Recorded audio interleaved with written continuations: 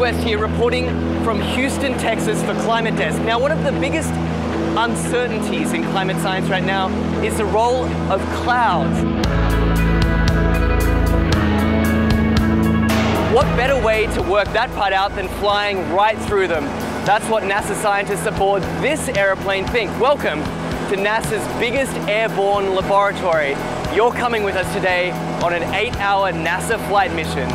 When you read these big IPCC climate assessments, what's the biggest uncertainty? There's two, right? The role of aerosols and clouds. Clouds is probably bigger than aerosols. That is a piece of a puzzle that right now we are missing. You can't get the models right if you don't understand the chemistry and the process. Now we're being told we've got to get on. The doors are about to shut, so let's go aboard.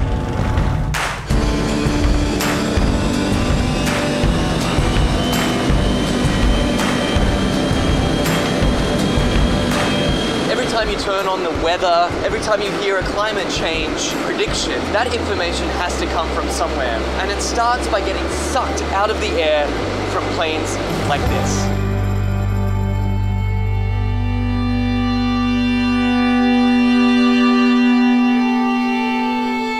So this mission is to particularly try to understand the emissions from the surface, so mostly biogenic emissions, so from trees and other plants.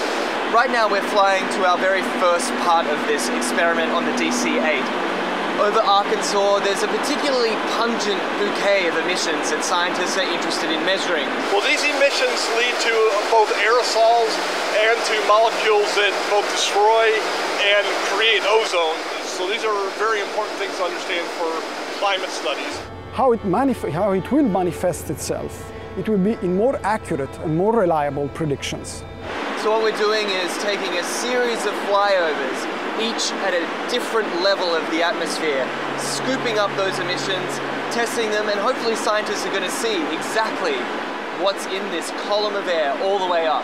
The data that we collect in one flight can keep busy 60 scientists and students for 3 years, 4 years. We are still studying data from data collected 20 years ago.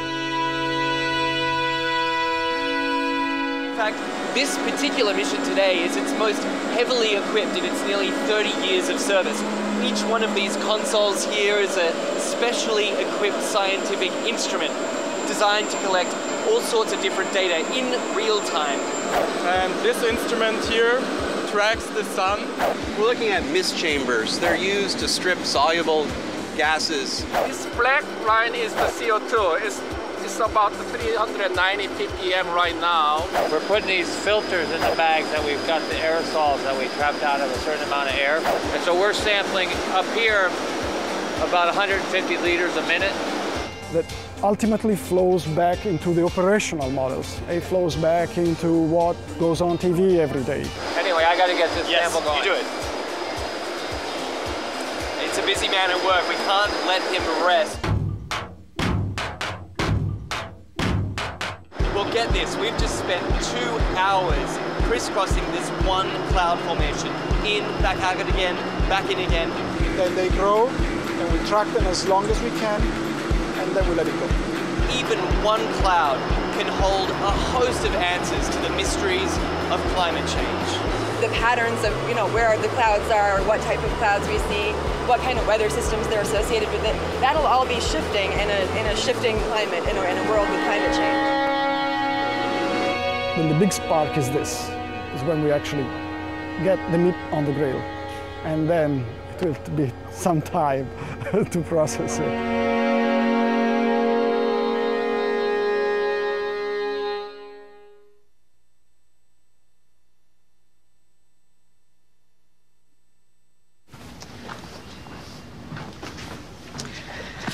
All right, I know this isn't any fun to talk about, but we should. Okay, so who's gonna do what? I'll pack the dead batteries. Great. I'll only put what I don't need into a duffel bag. Perfect, that's totally unhelpful. No problem. Meanwhile, I will try to comfort everyone by speaking in a calm voice. And I'll try to get the generator going without any gas. Oh, let's not forget the cell phones, which probably won't work. Right. And who is going to handle supplies? I can forget to do a list for us. Thanks, pal. Well, I think we couldn't be any less prepared. I'm proud of you guys. Talk to your kids about who to call, where to meet, what to pack. Visit ready.gov/kids for tips and information.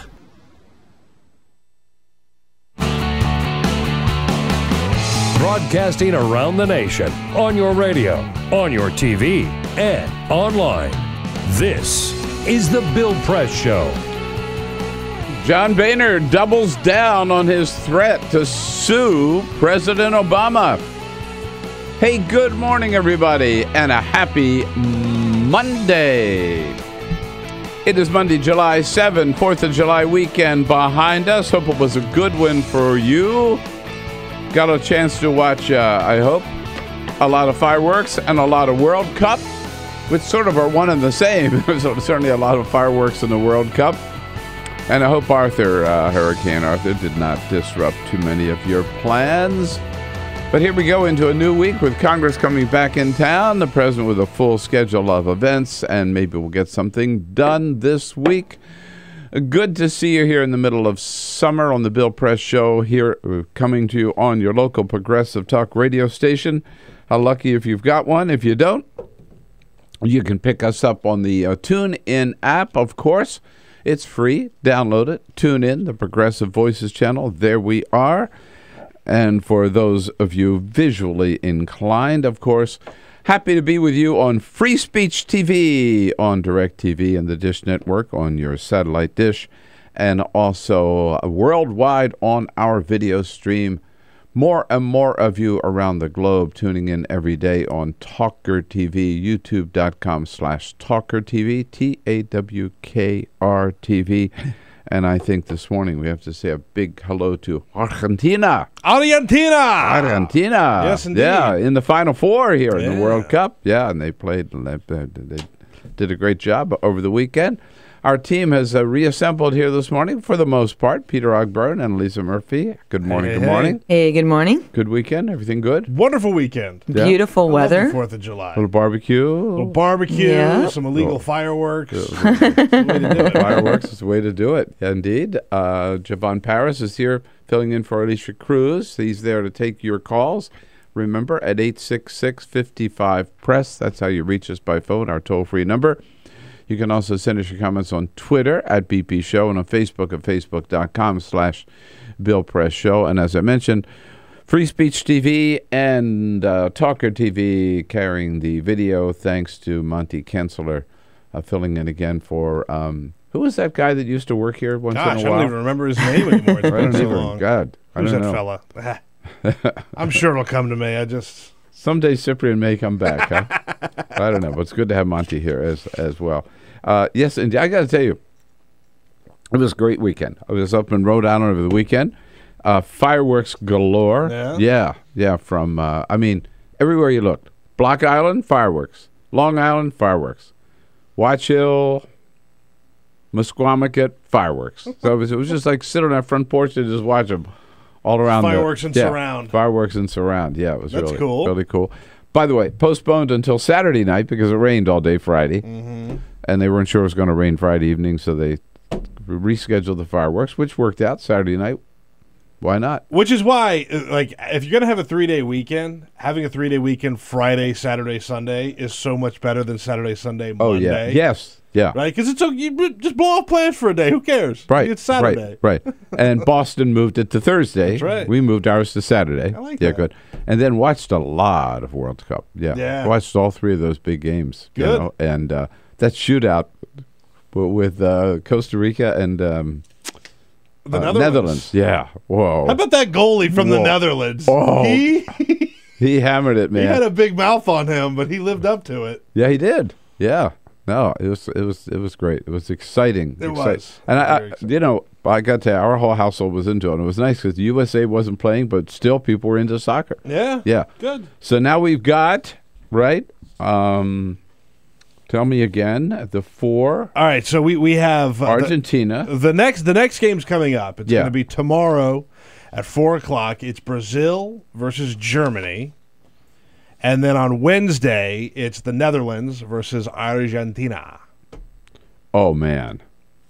That's going to be, I think, the game. I mean, look, they're all going to be good games. Yeah. I think Brazil is playing hurt. They lost one of their star players. Oh, they did. Good. Yeah. Neymar. Uh-huh. Fractured his vertebrae.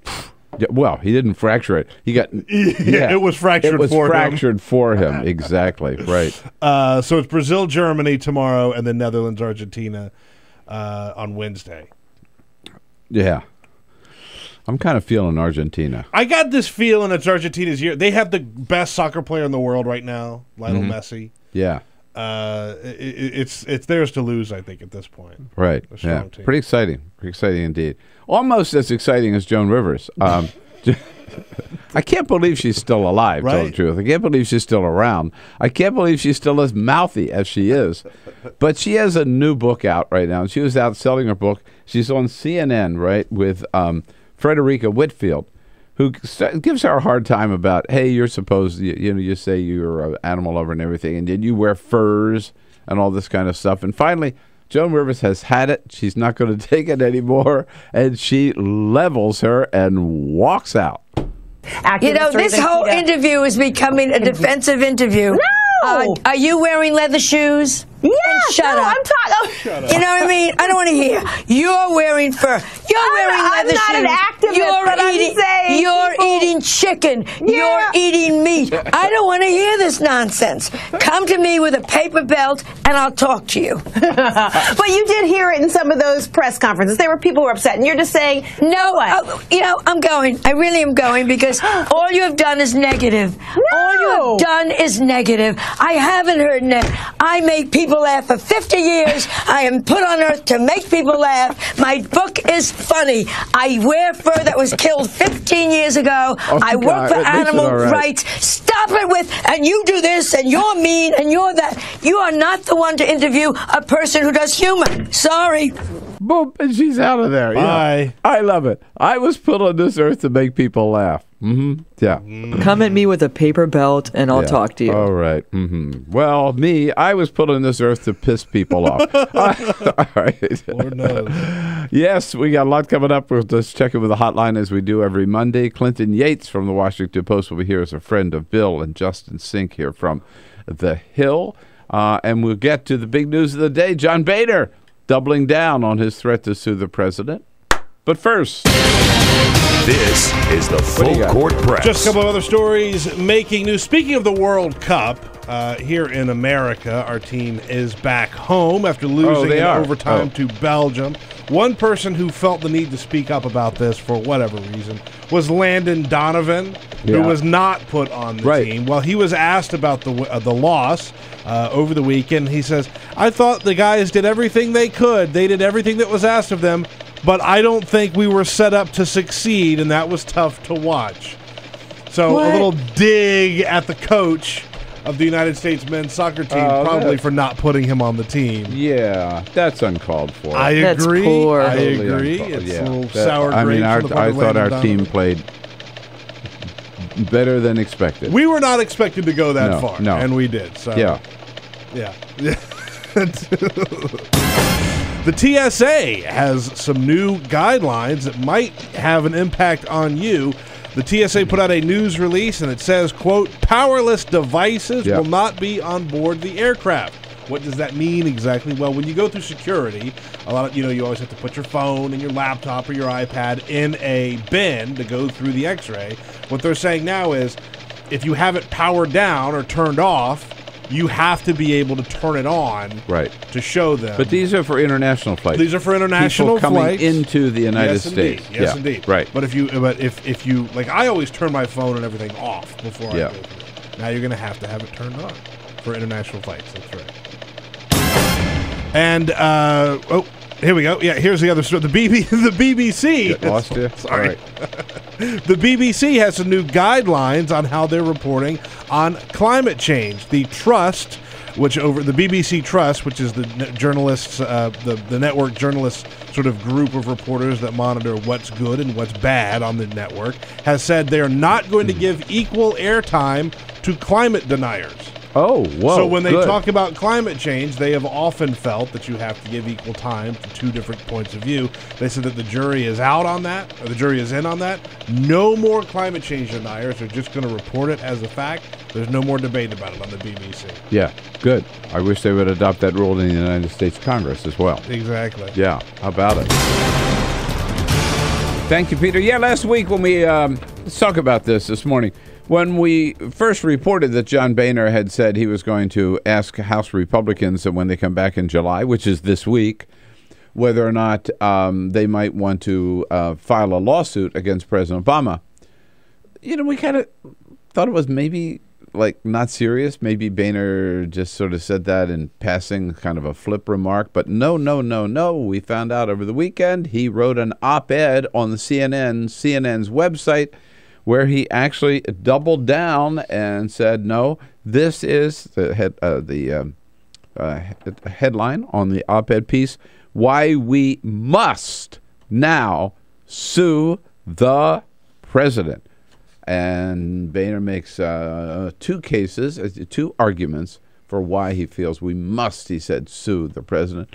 Number one, but neither one of which makes any sense at all. You tell me if, in fact, let's just say right now, if there's one, and I know we have some good Republicans, good friends, conservatives who listen to the show, in addition to all of us wild progressives, right, who make up the show. And if any one of you Republicans, moderates, or whatever, conservatives, can defend this lawsuit, give me a call. 866-55-PRESS, because I think this is the craziest thing ever. The most frivolous, by the way, I remember when Republicans used to be against frivolous lawsuits. Yeah, this is the most frivolous lawsuit ever, which, by the way, you and I are going to have to pay for. This has got to be a taxpayer-funded lawsuit. It is a total waste of time, and I just don't get it. But what I'd like you to try to defend is why this is good for the Republican Party. I think this is horrible for the Republican Party.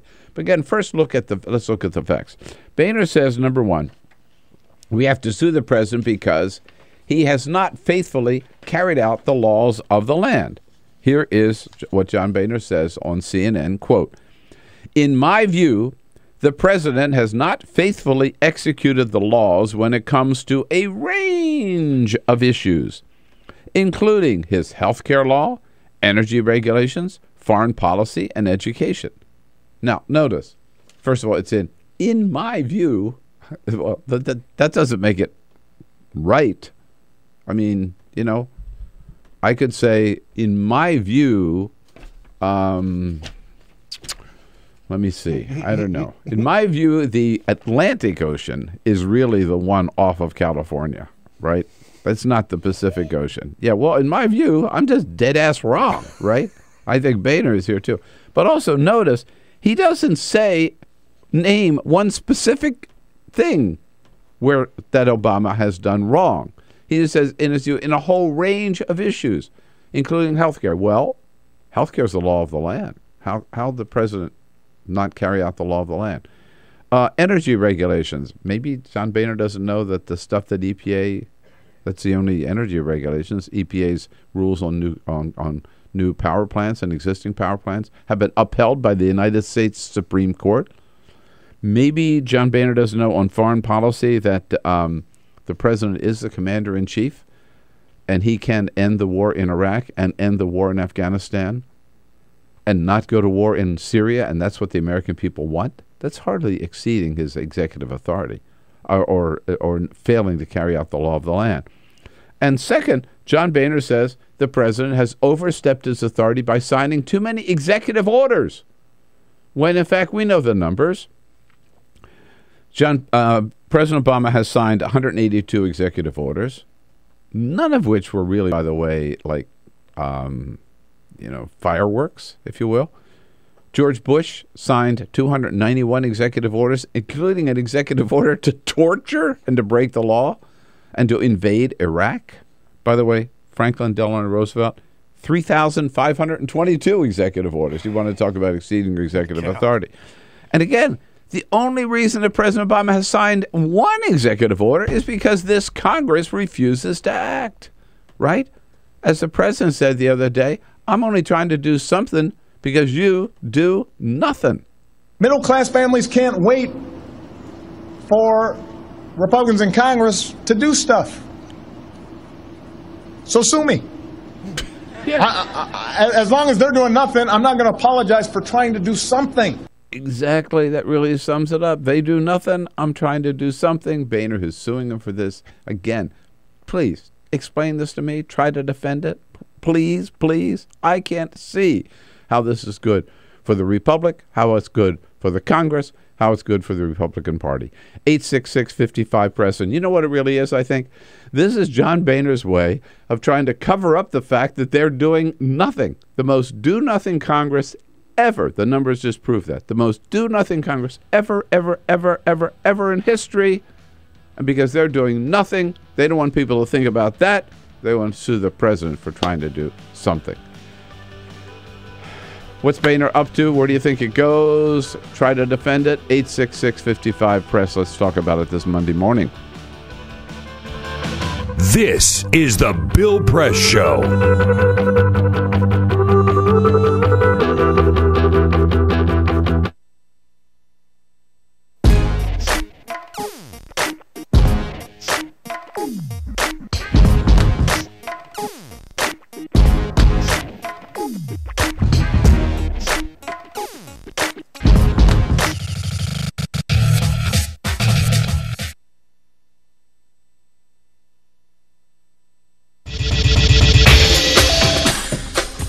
Tune into Free Speech TV for Democracy Now!, a national, independent, award-winning news program bringing you people and perspectives rarely seen on corporate media.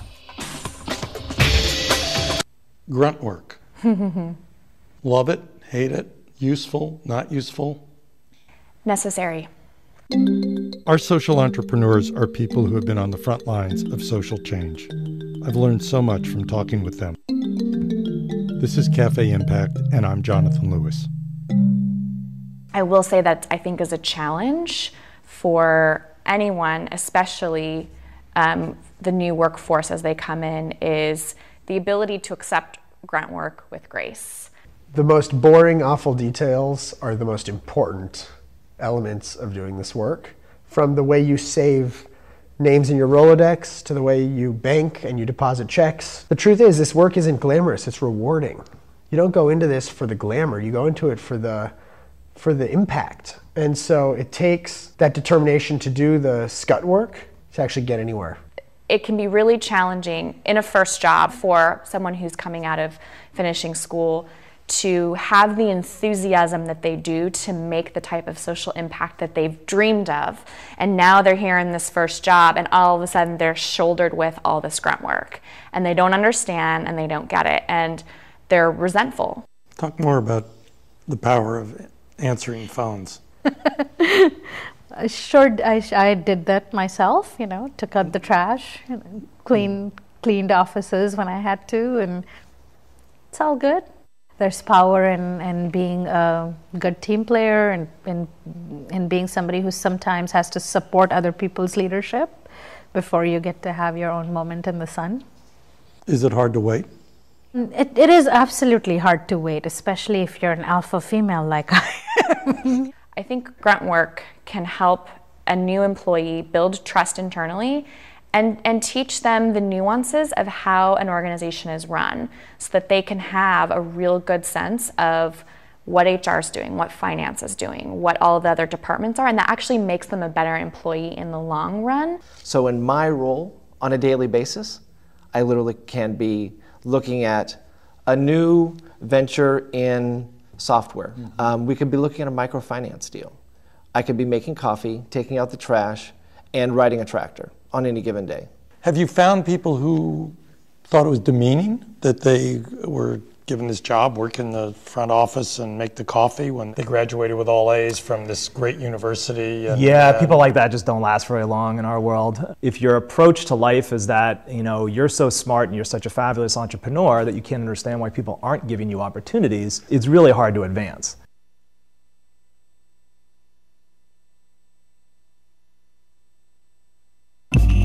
Tune in to Gay USA with hosts Ann Northrup and Andy Hum for in-depth coverage of lesbian, gay, bisexual, and transgender news. Watch Gay USA every week, only on Free Speech TV.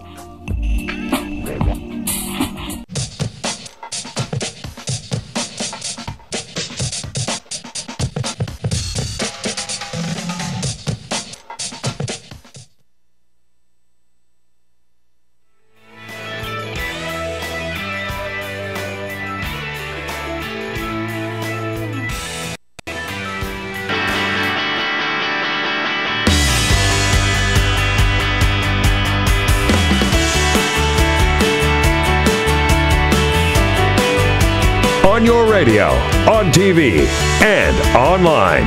This is The Bill Press Show.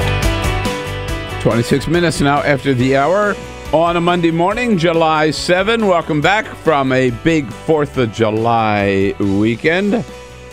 Hope you made the most of it and celebrated America in style. John Boehner did by threatening to sue the President of the United States. How's that for a big patriotic response? But yeah, right. But and by the way, just following through again on this charge, the one I think is particularly shallow is the fact that President Obama has abused his executive authority by doing too much, signing too many executive orders. Again, if you just number one, if you look at the numbers. That charge doesn't hold up. 182 so far with under President Obama's 6 years. George Bush, 291. Among the other biggies, Teddy Roosevelt, 1,081. And as I mentioned, President Franklin Roosevelt, 3,522. So in terms of the numbers, it doesn't hold up. But also in terms of the import of their executive orders, it doesn't add up. FDR signed an executive order allowing the United States to round up the Japanese Americans and put them in internment camps. Harry Truman used an executive order to seize the nation's steel mills. George W. Bush, again, an executive order to say it's okay if we torture people against international law. There's nothing President Obama has done that gets anywhere near. Not even close. Not even close. You know what this really is? I think, again, it's John Boehner not doing his job. And God knows there are things he could do. How about a vote on immigration reform? How about a vote on the minimum wage? How about a vote on extending unemployment insurance? How about a vote on funding the highway trust fund so we can fix our broken down bridges and highways and roadways? How about a vote on climate change? Here's my suggestion, John Boehner. And again, your comments welcome at 866-55-PRESS. My suggestion is, Mr. Boehner, instead of suing the president for doing his job, why don't you do your own job as Speaker of the House? This is the Bill Press Show.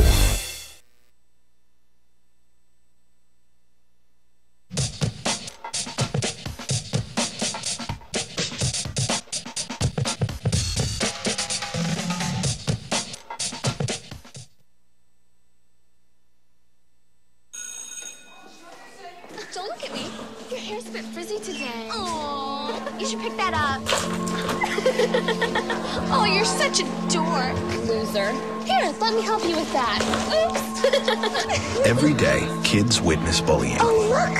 Your crush is looking at you. Poor you. They want to help, but don't know how. See, no one here's gonna help you, because no one Teach your likes kids how to be more than a bystander. Visit stopbullying.gov. If you drive buzzed, it could cost you around $10,000. You'll face major legal fees, major fines, and steep insurance penalties. You could lose everything. Nothing kills a buzz like getting pulled over for buzz driving, because buzz driving is drunk driving. When some people struggle with their mortgage payments, they become frozen, petrified. Not knowing what to do, they do nothing. But the people who take action are far more likely to get the most positive outcome. Making home affordable is a free government program. Call now to talk one-on-one with a housing expert about the options that are right for you. Real help, real answers, right now.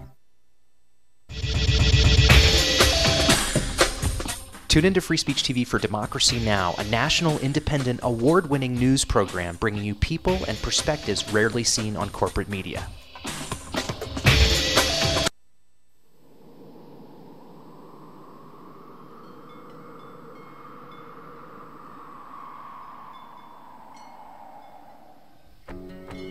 I probably would make a time machine. I would make medicine for the sick. I'd probably invent something new. If I could have an extra 5 years to live. You said 5, right? 5 years. It's a long time. I would try to fix everything I did bad. I would bring my uncle back because I miss him very much. I would get more hamsters. I would probably want to go looking for dark matter. I think I'd go looking for aliens. If I could live an extra 5 years... I was thinking about making like a helicopter, like a wooden helicopter, but I don't have any wood. I want to go check out the moon sometime. I'd probably teach my sister not to hate tuna. I would try and invent a machine that lets you run at light speed. If I had 5 more extra years to live, I would be the boss of all the chipmunks. Eu cantaria na frente de 1 milhão de pessoas. I don't really know. I think I'd do anything. Why are you asking me that?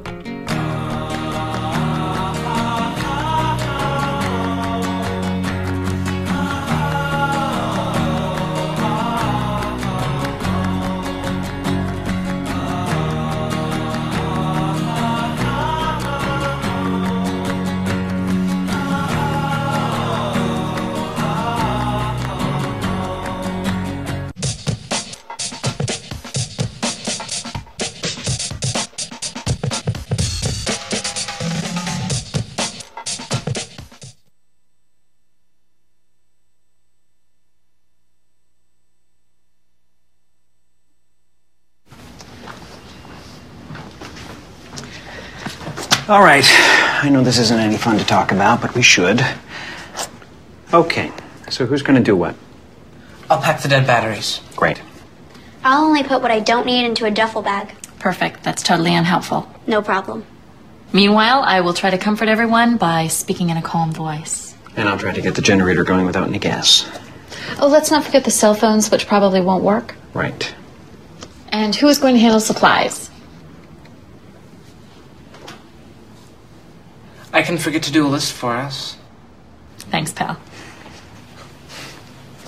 Well, I think we couldn't be any less prepared. I'm proud of you guys. Talk to your kids about who to call, where to meet, what to pack. Visit ready.gov/kids for tips and information.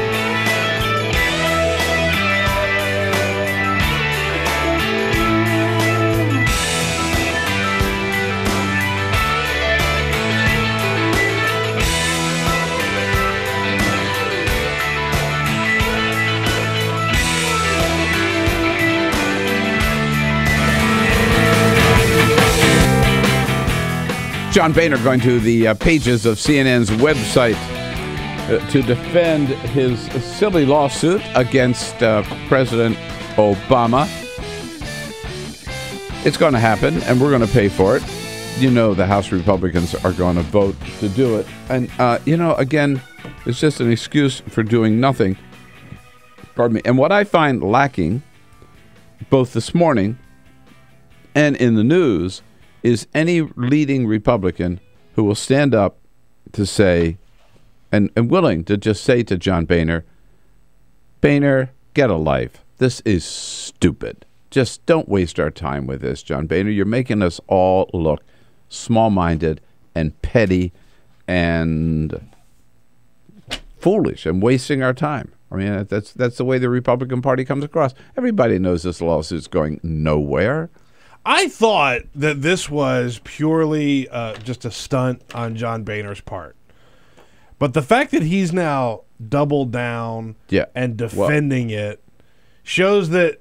Well, it is a stunt. It is. Don't get it twisted. It is a stunt, but he's dedicated to this stunt. He's dedicated to this stunt, right. I wasn't expecting that. No, exactly. Before we move on, out in the great Santa Fe, New Mexico. Hey, Charles, good morning. What do you think out there? I agree about John Boehner. Someone should hand him a mop and a scrub brush. So he can toilets over there. He doesn't do anything. I don't know what he does.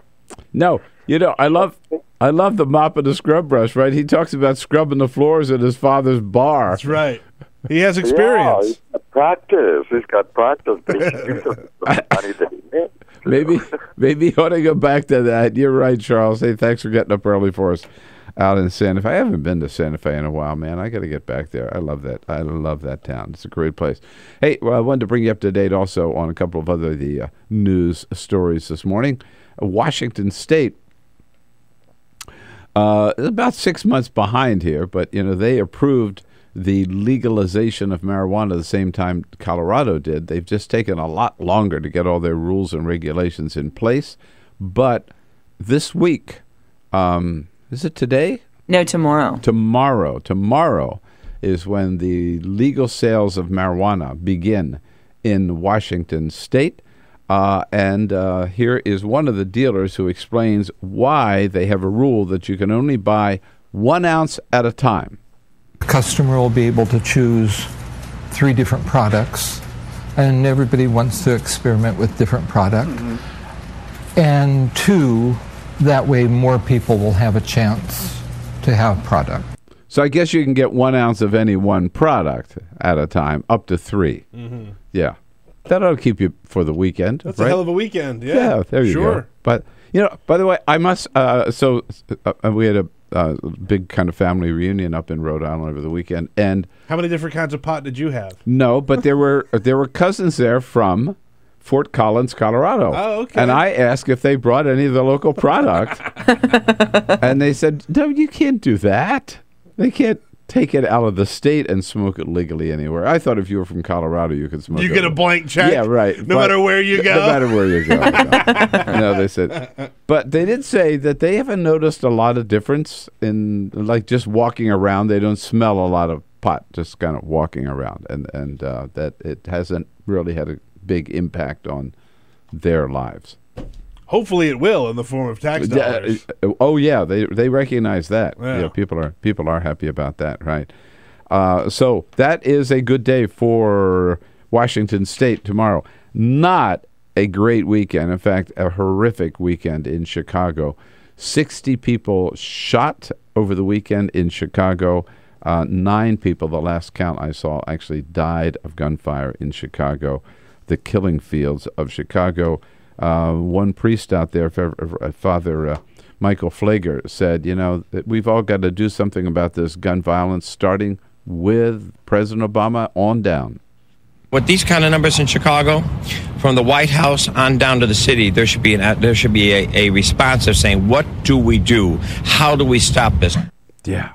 What is it going to take? What is it going to take? And then I saw in the news last night that some people are saying, well, the answer in Chicago is let's have an open carry law in Chicago. So everybody can walk around with an AK-47 or whatever. That's the last thing Chicago needs. Yeah. Get serious about the guns. It's the guns who are killing people. And on a different front entirely, out in Manhattan Beach, California, one man is extremely lucky. He was out. He's a power swimmer, swims every day. He's been swimming for I think 15, 16 years or whatever, every day in the ocean off of Manhattan Beach. This day before yesterday, he came face to face with a great white shark, which took a big bite out of his side here. And he survived. He's all stitched up. I saw on the news last night. But he talks about what it was like to look that white shark right in the eyes. It was the most frightening thing anyone could ever experience. It's biting your chest and you're staring at it, looking eye to eye with this thing on your chest. Like a doll's eyes. Can you imagine? No! You're looking down. Here's a shark biting you, and you're looking it right in the eye. Let me tell you something. Yeah. I've done a couple of open water swims, right? Like I swim. I will not swim in salt water. That's just like if I go to the beach and I'll go out some feet, right? But I won't go out deep and I won't go on long swims in salt water.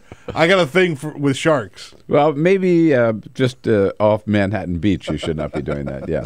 By the way, again, it's unusual for them to be that far south. Usually they're up in the San Francisco Bay Area, white sharks, where attacks are much more common. But this is Manhattan Beach, California. Yeah. Also, wanted to let you know about the latest with revelation from the Washington Post about NSA's spying activities. But before we do, Davis is calling from Radford, Virginia, about that John Boehner threatened lawsuit, which is going to happen this week. Davis, good morning, sir. Good morning. Yeah, what do you think? What I think is that this is an example of dog whistle politics, where a racist-driven Republican Party will say things that only a racist would pick up on.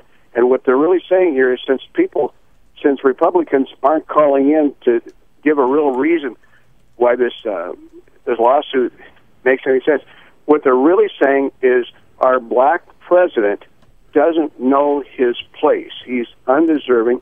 It doesn't matter that all these white presidents have signed more executive orders. I think that's what it's really about.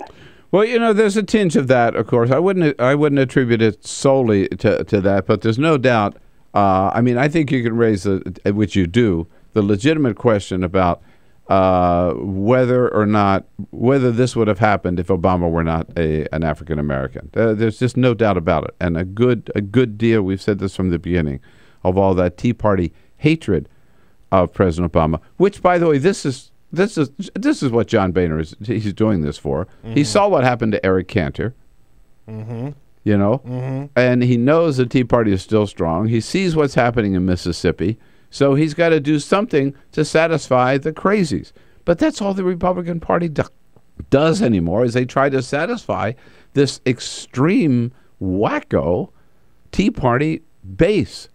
And so this is just more red meat that he's throwing to the base. But at some point, again, by doing so, they're alienating everybody else. I was thinking about Howard Baker over the weekend. The great Howard Baker, Republican majority leader, a real statesman, a real class act, serves as chief of staff in the White House, ambassador to Japan, and a great United States senator. I wonder what Howard Baker would think of this lawsuit. The idea that Howard Baker would ever sign on to anything like this is just unheard of. Would just never happen. He would never let it happen. Yeah. And he, if anybody, would pick up the phone and call Boehner and say, "You're nuts," right? Yeah. Well, why doesn't John McCain or Mitch McConnell or Olympia Snowe or Susan Collins or one of those? Do you think there'd be one Republican who would stand up and say, we should not be doing this. We're better than this. We're better than this. No. You know why? Because they're afraid of that Tea Party base. It's disgusting. Hey, National Journal standing by, the National Journal hotline, Alex Roarty, to talk about this lawsuit and other news of the day coming up next here on The Bill Press Show.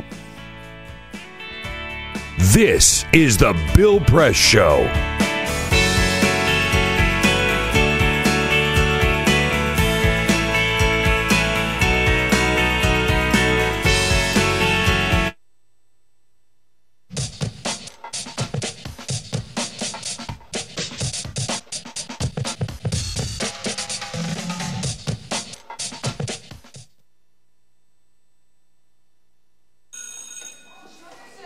Don't look at me.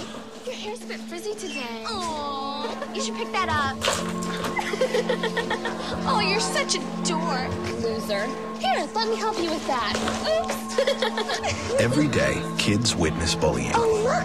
Your crush is looking at you. Poor you. They want to help, but don't know how. See, no one here's gonna help you, because no one Teach your likes kids how to be more than a bystander. Visit stopbullying.gov. If you drive buzzed, it could cost you around $10,000.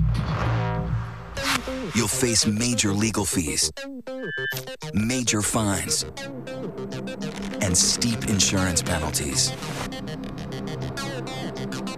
You could lose everything. Nothing kills a buzz like getting pulled over for buzz driving, because buzz driving is drunk driving. When some people struggle with their mortgage payments, they become frozen, petrified. Not knowing what to do, they do nothing. But the people who take action are far more likely to get the most positive outcome. Making home affordable is a free government program. Call now to talk one-on-one with a housing expert about the options that are right for you. Real help, real answers, right now. Tune into Free Speech TV for Democracy Now!, a national, independent, award-winning news program bringing you people and perspectives rarely seen on corporate media.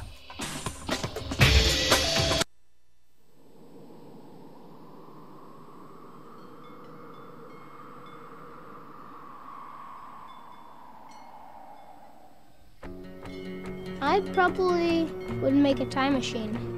I would make medicine for the sick. I'd probably invent something new. If I could have an extra 5 years to live. You said 5, right? 5 years.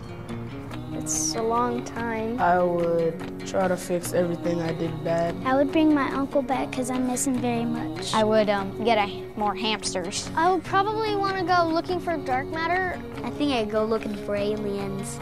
If I could live an extra 5 years. I was thinking about making like a helicopter, like a wooden helicopter, but I don't have any wood. I want to go check out the moon sometime. I'd probably teach my sister not to hate tuna. I would try and invent a machine that lets you run at light speed. If I had 5 more extra years to live, I would be the boss of all the chipmunks. TV and online on Talker TV. This is the Bill Press Show. 12 minutes before the top of the hour, Clinton Yates from the Washington Post here, columnist for the Washington Post, in studio with us in the next hour as a friend of Bill.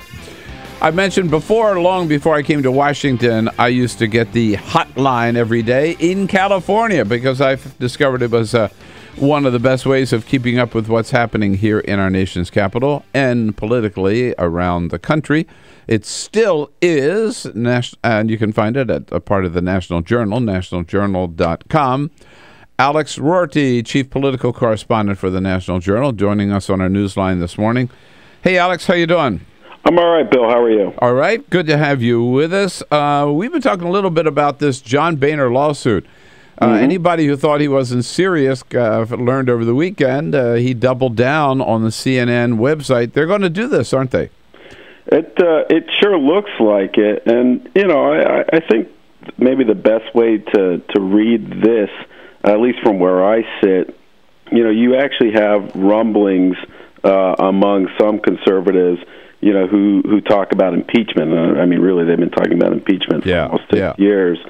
And, you know, I think maybe this is, you know, the House Speaker's way of appeasing that crowd but obviously not going all the way, because impeachment, if we ever got to that point, the political ramifications of that are pretty considerable. Yeah, right.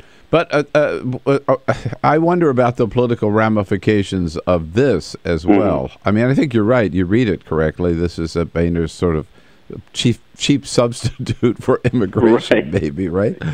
But it ain't going to be cheap if they really go through with it. It's going to be a taxpayer-funded lawsuit. Right. A frivolous lawsuit, you could even... One could even say a frivolous lawsuit, right. Right. I just wonder why there aren't some, if there are, wiser senior heads of the party who would publicly say, you know what, I don't think this is such a good idea. But I haven't heard them yet. My guess is you might see some of that in the coming weeks as this story probably starts to get more and more scrutiny. At least privately, when reporters will talk with them, we'll kind of discount it. But look, it does offer something of an opening for Democrats and the president, because there's always a very simple comeback to something like this. You know, why aren't we talking about the economy? Why aren't we talking about jobs? You know, why are we talking about a silly lawsuit in this case? Speaking of jobs, the president got a little good news there Friday with the job numbers for June, 288,000, which again may not be enough, but it's certainly in the right direction. Well, it is, and you know what I'm wondering is we've been talking about economic recovery really the last two successive election cycles for Democrats, especially in 2010. You'll remember the infamous recovery summer then, and it never really helped Democrats much. It's not even really why they won in 2012. But look, obviously things don't look great for the party right now. Probably odds-on favorites to lose control of the Senate if the elections were held today. But I think there's just a little nugget of hope now after that jobs report that maybe in the next couple of months it's not so important that the job numbers actually improve as much as people believe the job market is improving. And if that seeps in, and if that actually, as kind of a last-ditch thing, can help people like Kay Hagan, or Mark Pryor, or Mary Landrieu, who are in some real trouble in their own Senate races, if that's the kind of thing that can lift them up when they need it the most.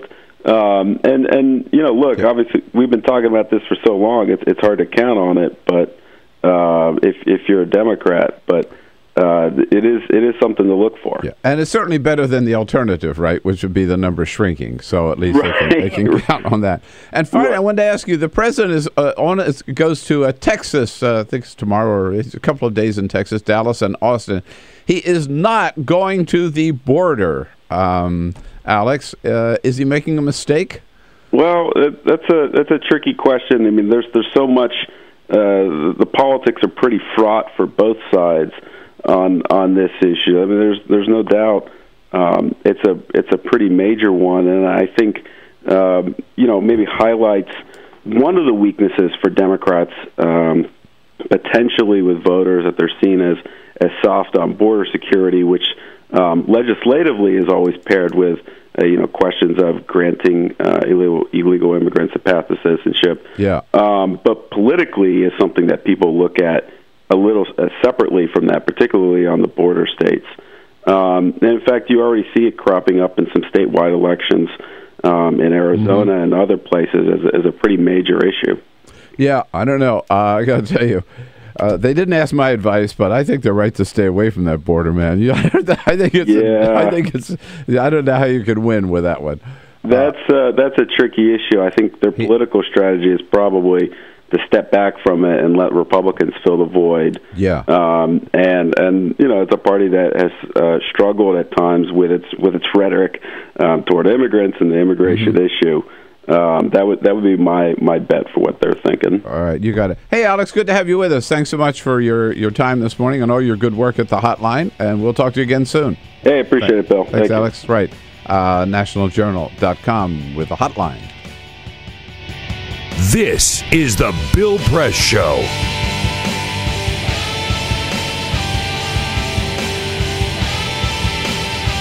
So this is my computer? This is your computer. Let's go on the internet. Let's go. Click it? Yes. Okay. I cursor in between the R and the E. Pressing down, I want you to just push the period. She's gonna love me all over again. That's it. Jamaica, here you go. Here we go. Good job. Thank you. Thank you. And I did it by myself. Feel smarter. So, I'm kind of new here, but I've noticed a trend. My human does this funny thing where she goes around and gets all my toys, and then she hides them in that basket by the door. But it's always the same basket, and it's always in the same place. And then she acts so surprised when I find them, but, she's putting them in the same basket. Again. It's like, hello? That's where you put it last time. You were the worst at hide and go seek.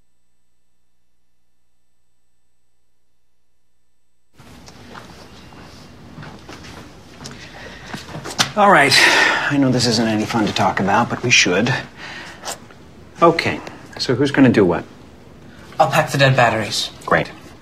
I'll only put what I don't need into a duffel bag. Perfect. That's totally unhelpful. No problem. Meanwhile, I will try to comfort everyone by speaking in a calm voice. And I'll try to get the generator going without any gas. Oh, let's not forget the cell phones, which probably won't work. Right. And who is going to handle supplies? I can forget to do a list for us. Thanks, pal. Well, I think we couldn't be any less prepared. I'm proud of you guys. Talk to your kids about who to call, where to meet, what to pack. Visit ready.gov/kids for tips and information. Hey, thanks for stopping by. I followed your character since the first episode. I'm a big fan. Big fan. Thank you. And listen, your storyline, it makes for incredible TV drama. Thing is, your drug use is very adult content. Too adult for the kids. So I'm gonna have to block you. Oh, man. Yeah. Well, have a good one. You're a nice lady.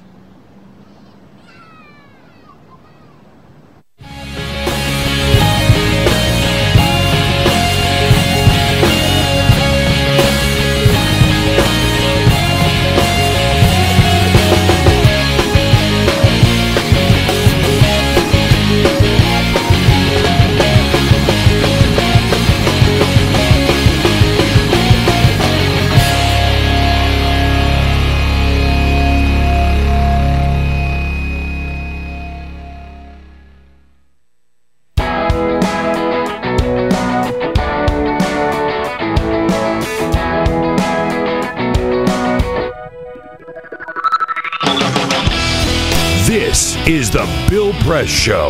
The one and only Clinton Yates here is a friend of Bill for the next hour from the Washington Post. Peter, what's going on? You've heard of Born on the 4th of July. Yes. Well, Smart Politics, a site run by the University of Minnesota, put out a list of politicians who died on the 4th of July. Well, John Adams. That's right. And Thomas Jefferson. On the same day, yes. On the 4th of July. Well, it all told, 35 representatives and 35 representatives and senators from 22 states died on the 4th of July. As you mentioned, Jefferson and John Adams. Also, James Monroe died in 1831. Most recently, Jesse Helms from North Carolina died on 4th of July, 2008. So is that a way of showing your patriotism? Kind of a show-off move, isn't it? If you're an elected member to die on the 4th of July. I believe in the red, white, and blue, the stars and the stripes. I'm dying on the 4th of July. This is the Bill Press Show.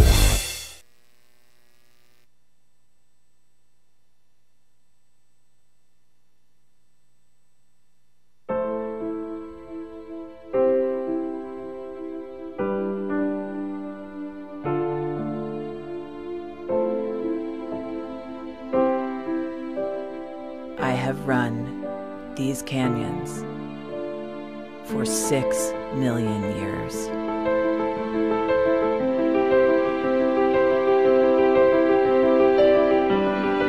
I have traveled from the Rocky Mountains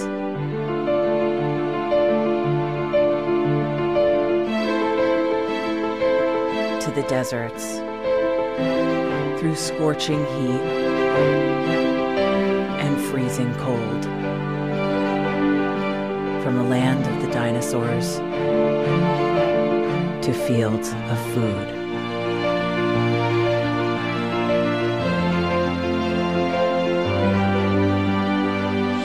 I lend my hand to 7 states, 2 countries, 9 national parks. 136 million people across an arid West. I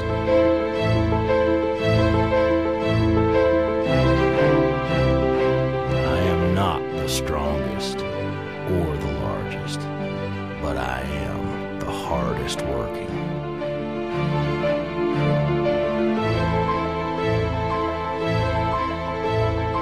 People love me. My playfulness. My beauty. My power.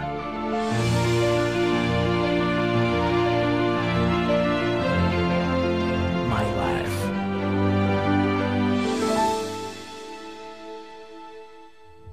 But I don't think I can offer any more. I am tired. I am tired. Tapped. And tied. Of the hundreds of major rivers in the world, I am one of the few who no longer kisses the sea. Battles to harness my soul have been won and lost. Use me wisely, and I will sustain you. Use me like you have, and I will break. My name is Red. The Grand River Red. The American Nile. The Canyon Maker. I am the Colorado River. And I am the most endangered river in America.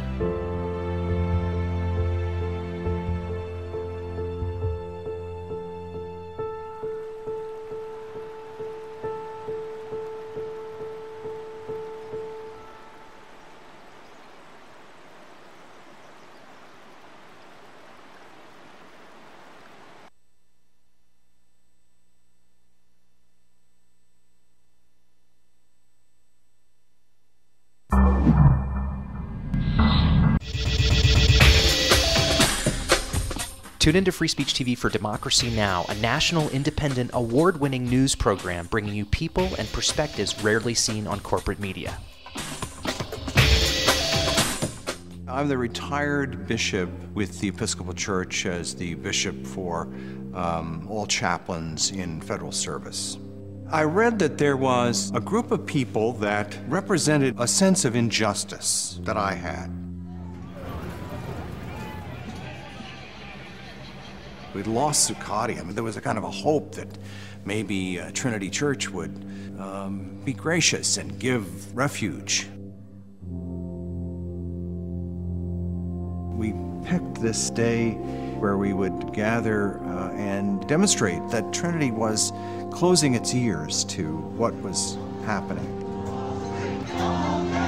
We marched around the block, and I realized that, my goodness, they're carrying a ladder. And I thought, well, this is the moment.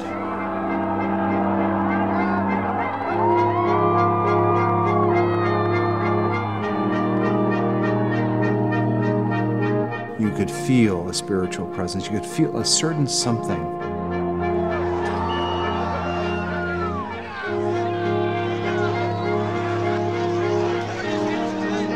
And then the cops came in. It got brutal. Yeah, I'm with you right here. Robin, I'm here. The church needed, in this moment in history, to stand alongside of these protesters. The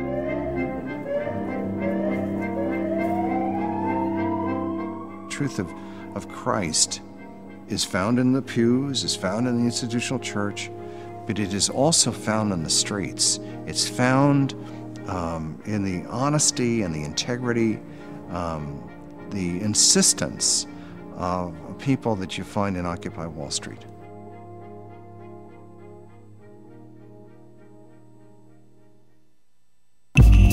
Tune in to Gay USA with hosts Ann Northrup and Andy Hum for in-depth coverage of lesbian, gay, bisexual, and transgender news. Watch Gay USA every week, only on Free Speech TV.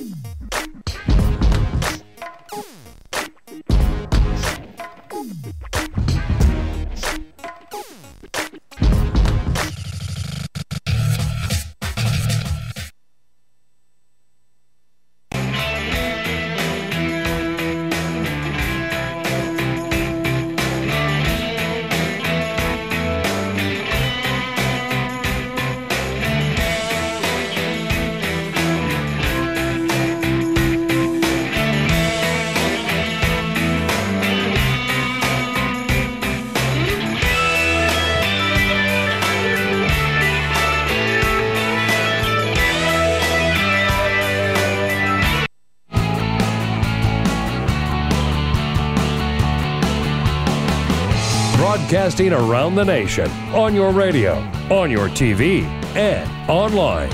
This is the Bill Press Show. You thought that John Boehner was kidding about suing President Obama? Oh, no. Doubled down over the weekend. They're going to do it this week. Good morning, everybody. Monday, July 7. Great to see you this morning. And welcome to this Monday, July 7 edition of the Bill Press Show, coming to you live from our nation's capital and our studio on Capitol Hill, booming out to you coast to coast on your local progressive talk radio station and on Free Speech TV. And what a treat today and for this hour as a friend of Bill from the Washington Post, columnist Clinton Yates. Good morning, Clinton. What's up? I brought donuts. Everybody watching. He totally brought a donuts. box. I brought them. It's real. It's real. Coconut cinnamon powdered. That's how I roll. Dunkin' Donuts. There are not many guests who come in, with food, right? No, only our favorite guests. Yeah. Quick rule, young radio people in the world, if you want to get in this business, bring food every single time you show up to a studio. It is very simple. I'm just trying to think. I don't remember anybody else bringing food in. I will say that. Remember last week, Fawn Johnson brought us hot sauce? That's not food. Yeah, but that's not. I don't disagree with you. That's not food. I would take donut over hot sauce. No, any day of the food we can consume at this time. At the moment. That's what counts. Right. Goods and sundries. I'm with you. I'm already eating a donut. I'm eating a donut. Yeah. It's delicious. No, I don't remember at all. I'm just trying to think back. So I'm here. Clinton. It's me. You're our guy. You're the man. Number one. All right. With our team, Peter Ogburn and Lisa Murphy. Hello, guys. Hey, good morning. Alicia Cruz got the week off, so Javon Paris here again, taking your calls at 866-55-PRESS. And, Cyprian has just deserted us. So Monty, really? Yeah, Monty like canceled us. Really? Wandering where? Oh, 2 weeks. Out in the streets? It's been 2 weeks. We don't know where he is. Well, once NFL season starts, I'm sure he'll be back in the mix. But Monty Cancel is here as our videographer today. So I got to tell you, it was a great 4th of July weekend. Yeah. And some great soccer. I want to talk to you about. Don't get me started about this. All right, look. The Dutch goalkeeper, Tim Krul. How about that guy? A man among boys. Walked directly onto the field. Yes. Completely antagonized every single person in the opposition. Yeah. Shut them down, walked off. That was the most unreal thing I've ever seen in my life. I know. Look, I was rooting for the Ticos. Excuse me, Bill. I was rooting for the Ticos, Costa Rica. Okay. I wanted that. And then Tim Krul appeared in my life. And I was like, as a guy that talked a lot of trash when I played sports in high school, my middling 3-sport high school career, I was a talker, the vocal leader is what we like to call it in nice ways. And when I saw Krul come out on the field, I was like, what is he doing? He's just clearly right in the face, just completely confronting everybody. I could not get enough of it. I loved it. I mean, should he have probably gotten a yellow card and maybe 2 and gotten sent off? Possibly. However, whatever works. Quarterfinals of the World Cup. Do what you got to do. It worked. I loved it. I know. No, it was awesome. I also love the intimidation factor of a guy that big coming out and just reaching up and grabbing the crossbar while he's waiting for the guy to shoot. It's just like, crap. It's such an old school Bush League move. I'm just going to knock everything around to make it seem like nothing is stable. I'm going to start pointing at myself and then at you. It was awesome. But I love the fact that the World Cup fever almost. I mean, it has continued. I mean, I was a house full of people up in Rhode Island. We were all watching every one of those games. Yeah, it's the world's games. Great tournament. It's the best World Cup of my life, and I don't say that lightly. I watched the tournament. obviously every 4 years. But this one has been a really good one because the difference between the best team and the worst team these days is a lot closer than it used to be. And that has changed the way you've seen a lot of these group stage matches go. So normally you'd have 8 to 10 teams that had no real chance. But now, that's not really the case. You screw around, you have a bad game, you're going to lose. Yeah. And that, that's sort of been the difference in this tournament. And there haven't been a lot of blowouts. No, and that shows you how the game is globalized. No, not at all. And those shootouts between the Netherlands and Costa Rica was unbelievable. It's great. I love penalty shootouts. You got these people who don't sort of understand the way the game works, and they say, they shouldn't have PK shootouts. It's not a way to decide a game. There is no bigger psychological drama when you're playing a soccer game than a penalty shootout. Amen. It's as simple as that. And you know what got me is, and I never noticed this before, is I was at a World Cup game when Italy lost to, I think, Brazil, 94 at the Rose Bowl. But they had the penalty shootout. That's how it was decided. That was the final. But I didn't remember until I saw again over the weekend that the other team members, what can they do? They are on their knees, holding hands. It's like they're all arms around each other on their knees. You're just praying for the guy. That's all they could do. Yeah, and there's one guy on an island, and the country's hopes rest on him. It is fascinating drama. And I haven't seen you since our own Secretary of Defense, Tim Howard, right? Timmy. Dude, did you see the clip of him rejecting a guy trying to hug him at the airport? There's a clip of a guy. A guy comes up and tries to shake his hand, and he goes for the handshake, and then reaches in for the hug, and Tim just, 2 hands, says, get away from me. And you're like, yes, still blocking shots. Exactly. It's great. How about it is really good. All right, so we got a lot to talk about here with Clinton Yates. We're just getting started. Justin Sink covers the White House for The Hill. Will be coming in studio here at the half hour, and Laura Bassett in the next hour from Huffington Post. But first, this is the Full Court Press. I appreciate it. Thank you very much. Just a couple of other stories making news. A hot dog. What am I saying? Have a donut. I haven't had a donut in so long. Dig in. Grab a donut. Well, 4th of July weekend is now over. Normally what that means, it's a big movie weekend. Last year, according to BuzzFeed, Despicable Me 2 brought in $83.5 million on its 4th of July weekend. This weekend? Yeah, what happened? Not so much. No. Not so much. It was the lowest grossing weekend, 4th of July weekend, since the 1980s. Wow. The number one movie was Transformers: Age of Extinction. It only brought in $36.4 million. Not a bad haul, but much lower than they were expecting. Number 2 was Tammy, $21.2 million. Now, they say because of the World Cup action and nice weather around a lot of the country, that kept a lot of people out of the movie theater. I was listening earlier, and you were talking about how having a holiday on a Friday is better than on a Monday. Totally with you, and I think that plays into this. When you got a holiday on a Friday, you're not going to the movies. You're planning something larger than that, and I think that Plus, I got to tell you, I was talking to a friend last week. We're going to try to go to a movie this week. There's nothing out there I want to see. I was going to go take the kids. There's nothing. Like one kids movie out there. We're not going to go see Transformers. It's not really a big weekend. Which state is the most corrupt? Well, we now have a study to point us in the right direction on that. University of Hong Kong and University of Indiana combined forces to put together the most corrupt state in America. Wait a minute. University of Hong Kong? They have schools there. Well, what the hell? I mean, you're talking about China? Come on. China, corruption, and they're saying, we're corrupt. Can we get a clue on what this might be? All right. Okay, all right. Number one, all right, I'll tell you this. The top 3 are all southern states. Well, I'm guessing Texas right off the bat. Texas, I'm sorry, not on the top 10. Number 1 is... Mississippi. The SIP. No. You got it. Mississippi, number 1, followed by Louisiana, which is, no that's surprise. A given. And number 3 is Tennessee. A lot of southern states. Alabama, number 6. Kentucky, number 9. Florida, number 10. Rhode Island? I'm sorry, Rhode Island, not on the top 10. Not on the list. Whoa. Wow. Right. Corrupt states. Corrupt states. Corrupt politicians? Or Yeah. It's with the most corrupt politicians. So Mississippi is number 1. And, Shake Shack, the original Shake Shack in New York City in Madison Square Park, is closing only for 5 months. They're going to do a big rehabilitation. They're going to add a bigger kitchen.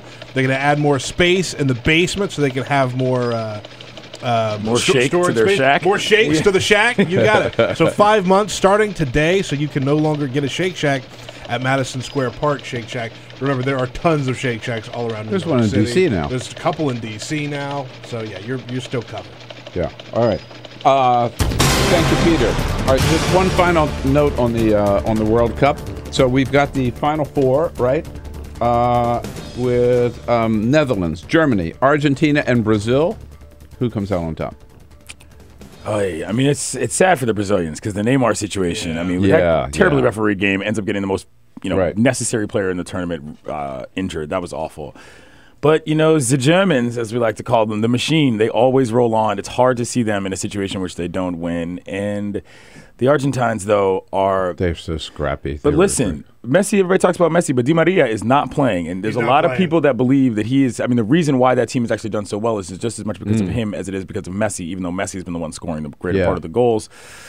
I think we're going to see an all-Euro final, unfortunately. Really? Yes, yeah? I do. And that's awkward. Netherlands, Germany. Because it will change something in World Cup history, though, which is that a European team has never won on South American soils. Oh, so wow. I think that it'll be the first time you see that this year. I'm not sure if it'll be the Germans or the Dutch, but I think it'll be one of the two. Mm-hmm. You were listening earlier.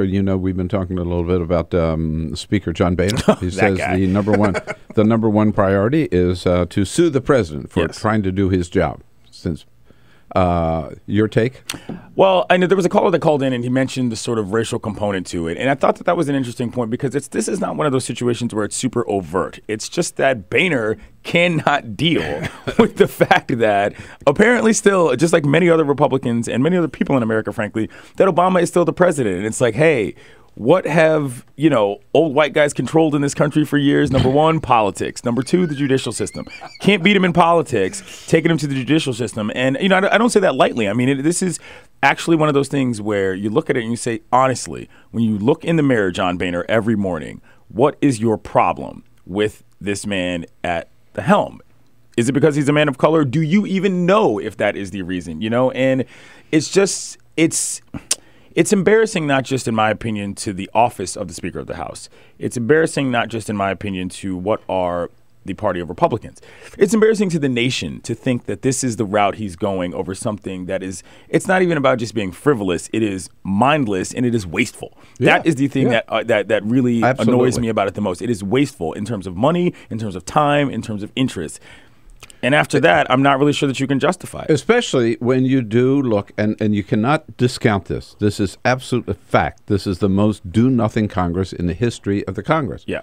And so while they're doing absolutely freaking nothing, and he won't even schedule a vote on immigration reform or raising the minimum wage or extending unemployment insurance. It's not that they voted against him. He will not even allow a vote. Right. Actively spending time trying to create stalls as opposed to simply opposing something, and you think to yourself, if you work in Boehner's office, like if you're one of those kids that runs around here on Capitol Hill where we are every single day, you got to be thinking to yourself, what am I doing? Like, how am I a part of this? It's just, I feel bad for people who are legitimately dealing with this because, like you said, no Republican leadership has come forward and said, hey, I'm with you on this, John. You know what? Decent idea. Let's go forward. Not a soul, because it's ridiculous. No, not a soul. But what I find more shocking is that not a soul has also been willing publicly yet to say, John Boehner, you're leading the party. You're embarrassing us, right? Yeah, that's true. And some of them feel that. I'm sure they do, but there's that small, loud contingent of people whose party starts with a T, who are controlling pretty much everything everybody does, and that should be more frightening to anybody. It doesn't matter what side of the aisle you stand on. The fact that tiny vocal minority is controlling so much of what a large party does is frightening. All right, big day in Washington State tomorrow when pot goes on sale for the first time legally. They're about 6 months behind Colorado. It took them a longer time to get started here. When are we going to see the legalization of pot here in the District of Columbia? Well, the legalization is different from the decriminalization, and that's something we can discuss later. Yes. But I actually think that this is closer than not. I wrote a column a while ago thinking that I didn't think the legalization made sense. I have since changed my opinion on this. You've evolved. I have evolved on this from a financial standpoint. The money to be made on this is simply too large to ignore. I mean, what is it in Colorado? Yeah. I mean, they are raking in dollars. Tons of money. Right. It is unbelievable how much money Colorado is making on this. And from that standpoint alone, the district is a place that has a lot of money. They've got a lot of stuff put aside. But, it's jobs, it's money. It's hard to say no when you're talking about a vice that is really only considered such a problem because of stigmas. It's not like people are out here, necessarily shooting each other in the streets for drugs. And if they are, it's because of the systems of illegality that force them to do that. It is not because of what is actually the product of the drug. And I think it's actually closer than people think. But so we're the only thing here on the agenda in D.C. is decriminalization, yes, not legalization. But even that, some people have a problem with. Yeah, well, Andy Harris, this guy out in Eastern Shore, Republican congressman from the Maryland Eastern Shore. From Maryland Eastern Shore has dipped his toes into D.C. politics and decided that he is going to try to block the decriminalization bill. Mind you, the purpose of the decriminalization bill is not so kids can be out here smoking blunts in the street. The point is that we are sending more kids to jail in the district than are graduating high school on a yearly basis. And so what the decriminalization law is designed to do is simply prevent people from being in jail for minor infractions that are drug-related and allowing them to continue with their lives so they can be successful people in society. It is not because some reefer madness situation, you know what I mean, where we want everybody out here smoking drugs. And this guy is openly taunting the mayor, tweeting at him and stuff. And the mayor, thankfully, Vincent Gray, has said, you know what? Hey, guess what? Stop going to the Eastern Shore. Yeah, you know what I mean? Right. Like, these people are not in our best interest. Why should we be in theirs? And I'm totally with them on this. I won't be going to the Eastern Shore as long as that guy is representing any of that district because it's ridiculous. I don't understand why people don't understand it. You can't just decide you want to be a part of DC politics. This is the problem with the whole lack of congressional representation. Absolutely. You got wingnuts like this that just jump in and decide that they know what's best for everybody. Right. They have no clue what's going on. And no matter what the district does and what direction they want to go in, Congress can always come in and the way that we're set up, Congress can come in and veto it. And there's been a sort of tacit agreement that everything will go fine as long as you keep your toes out of it. But Andy Harris, he just couldn't help himself. He had to tell us what he was doing wrong. All right, that's it. No Ocean City, Maryland. Sorry, guys. That's it. Right? Until Andy Harris lays off the District of Columbia. Clinton Yates, columnist with the Washington Post, here in studio with us as a friend of Bill. We're just getting started. We got the donuts. Join us, 866-55-PRESS. This is the Bill Press Show.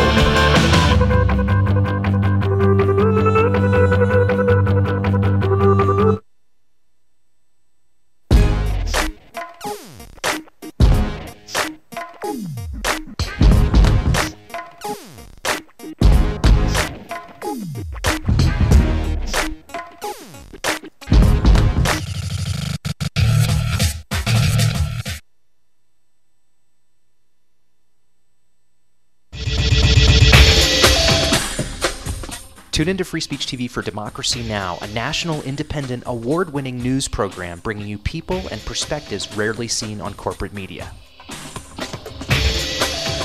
Grunt work. Love it, hate it, useful, not useful? Necessary. Our social entrepreneurs are people who have been on the front lines of social change.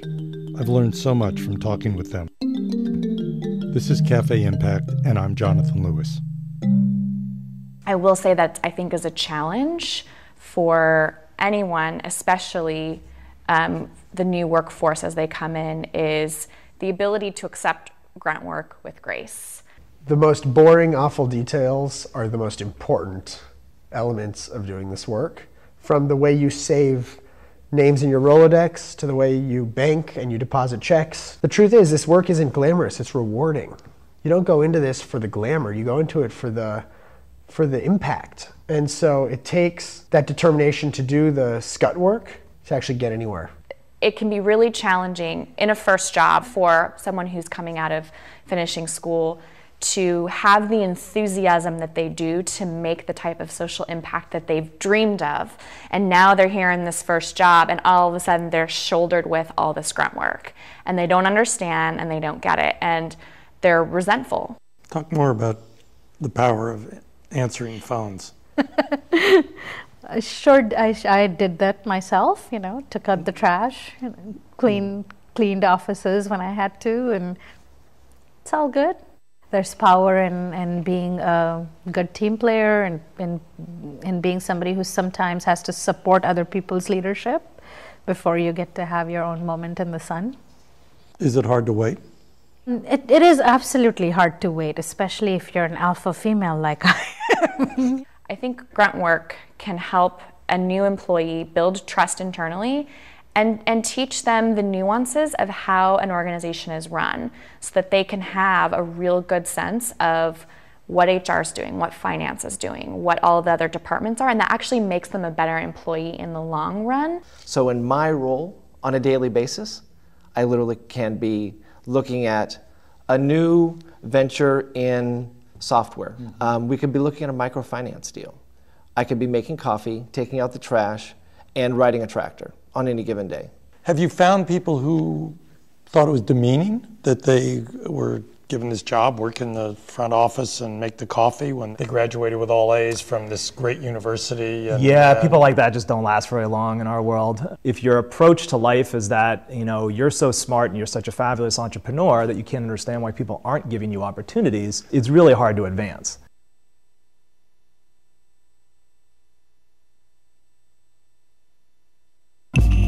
Tune in to Gay USA with hosts Ann Northrup and Andy Hum for in-depth coverage of lesbian, gay, bisexual, and transgender news. Watch Gay USA every week, only on Free Speech TV.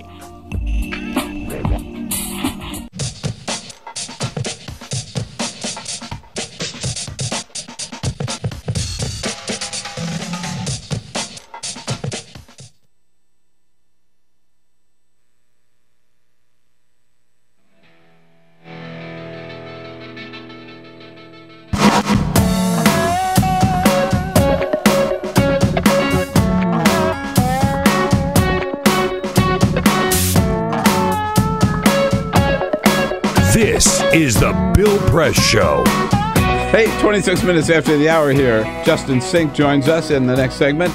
Joining us, meaning me and Clinton Yates, columnist for the Washington Post, here as a friend of Bill this entire hour. You can't get enough in this hour. You can always find him at WashingtonPost.com. You have been for, 4 years now? 4 years. Out a newsletter called The Lunch Line every day at the Post. What happened? It was time to end it. 4 years ago, I got a phone call from Vanessa Williams. She is the editor of the She the People blog at the Post now, and she said, hey, I got an idea for this newsletter. We're trying to do something. At the time, Ezra had a newsletter. Obviously, Chris Cillizza had a newsletter, but they wanted something that was a little more cool, for lack of a better term, and so I came up with this idea, and for the past 4 years, been sharing information about, the D.C. area, the national stories, basically sharing post-site stuff and other things that I thought were cool and stuff about my life. And this was before I was officially a columnist. This was when I was still an editor at Express, the free daily for the Post that is delivered on the D.C. Metro system and other places. And it was a great creative outlet. It allowed me to grow a voice. And I think that without that newsletter, there would have been none of what you see of me today. I don't know if you guys would even necessarily know who I am, if it wasn't for that. It was a big part of it. So, I'm happy. But it was time to end it just because, 4 years is a long time, man. I got other stuff to do. I got more to fill on my blog, and I'm happy for all my readers. But you'll still be, you're still at the Post. Yes, you're looking at me. I'm still here. Still here, just not in your inbox every day at noon. That's it was a great newsletter to get, but I think you're right. The media has changed so much. Yeah. And I get all the Clinton I want at Clinton Yates on Twitter. There's enough of me out there if you need me. Not a shrinking violet by any means. All right, we'll be back with Justin Sink from The Hill. This is the Bill Press Show.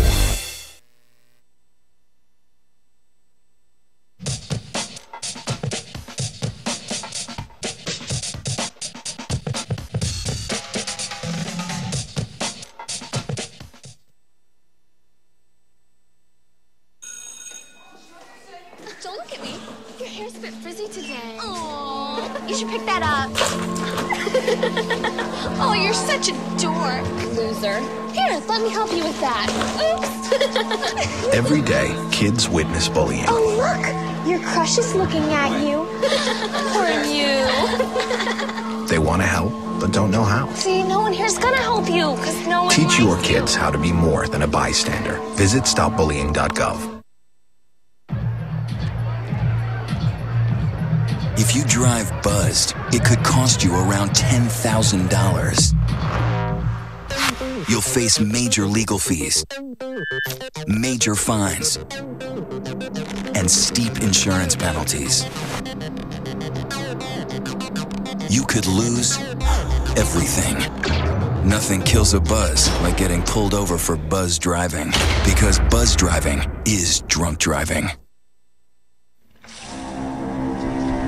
When some people struggle with their mortgage payments, they become frozen, petrified.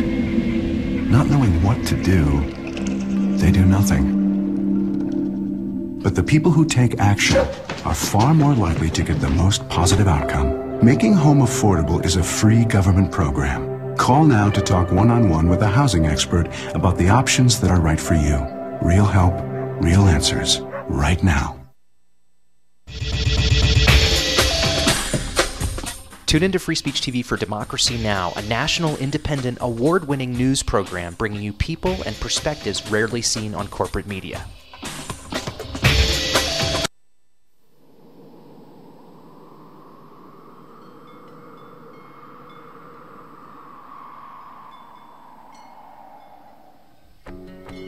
I probably would make a time machine.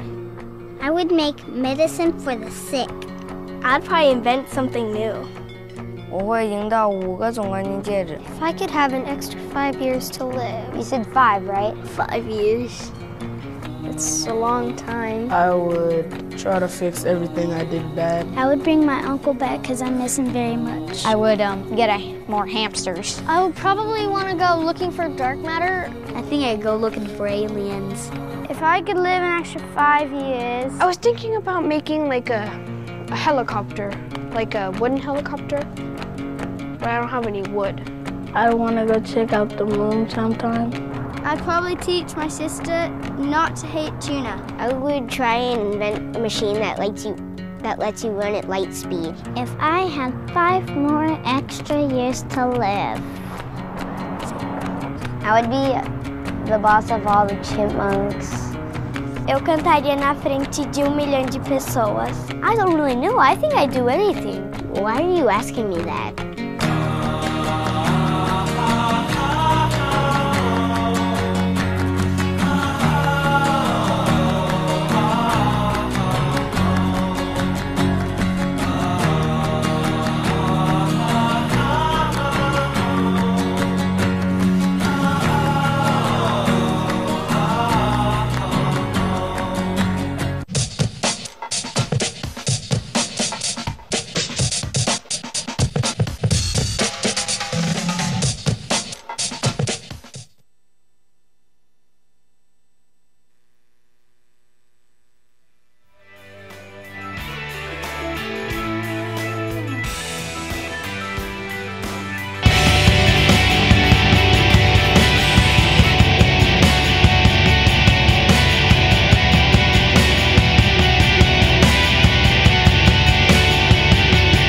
On your radio, on TV, and online.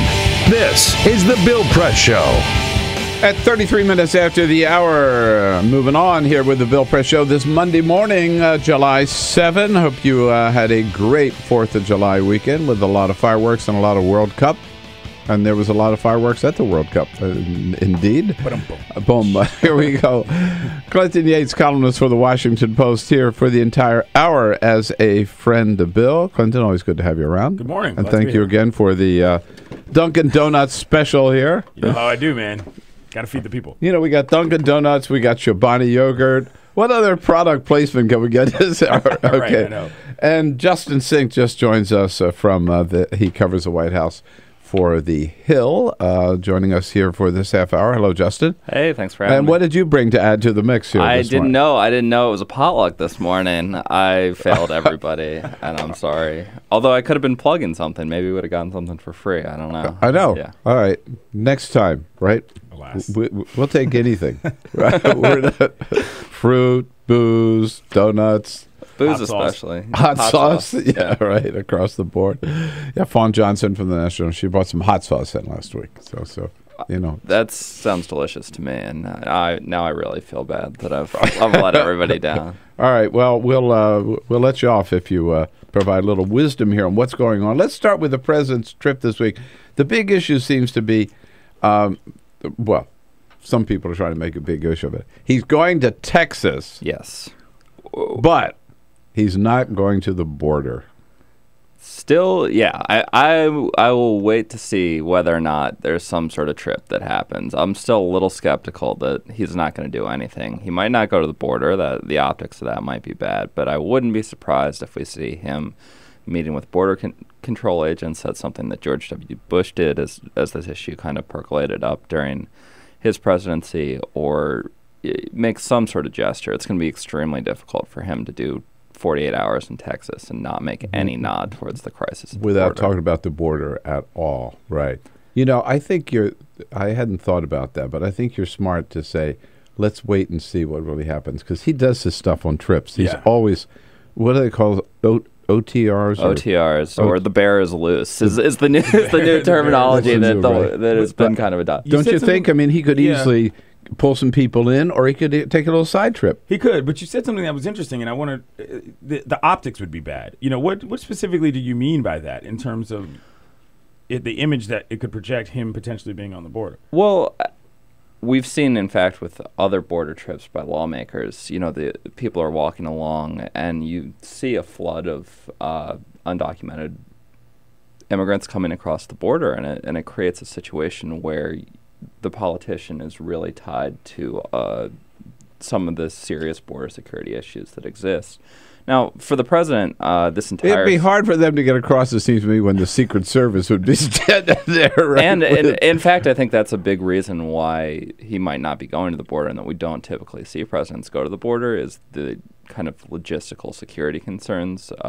I know, again, talking to about George W. Bush's administration, that was something that was kind of expressed behind the scenes, was Secret Service was very concerned that they wouldn't really have full control over the situation, especially if they were out away from a city. And but you do bring up a point, which is that the White House has really tried to parlay the situation, the crisis that's going down right now with migrant children coming across, to make their argument for why we need comprehensive immigration reform. And so while this is a tough issue, and certainly one that has inflamed passions in some of these border cities, we've seen these mass protests, we've seen children in some really tough situations, it does give a little momentum, I think, to the call that the White House has made for comprehensive immigration. You know what, Clinton, what I don't think, I haven't heard many people talk about, is that most of these kids, they're not coming from Mexico. They're coming from Guatemala, El Salvador, and Honduras. Yeah.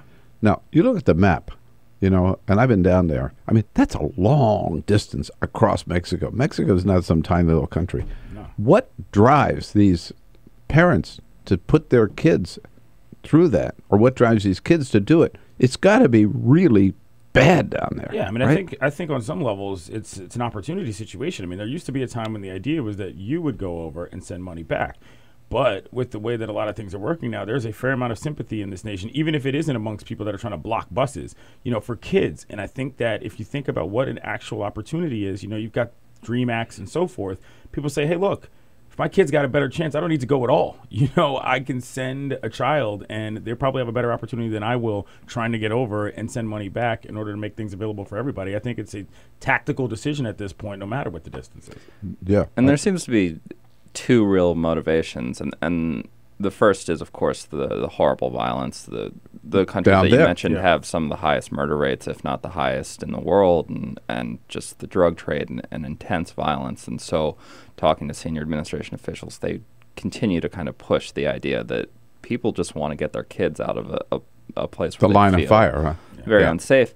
But you're also right. I mean, although they initially denied that the president's action that he took, the Deferred Action Program, had any influence on it, or the DREAM Act had any influence on it, what we've seen is Joe Biden go down to Central America and say, if you send your kids, they can't stay. We saw Obama hammer that message with George Stephanopoulos and say, you are putting your kids in danger, you're giving them over to criminals, they're going to go through a tough thing.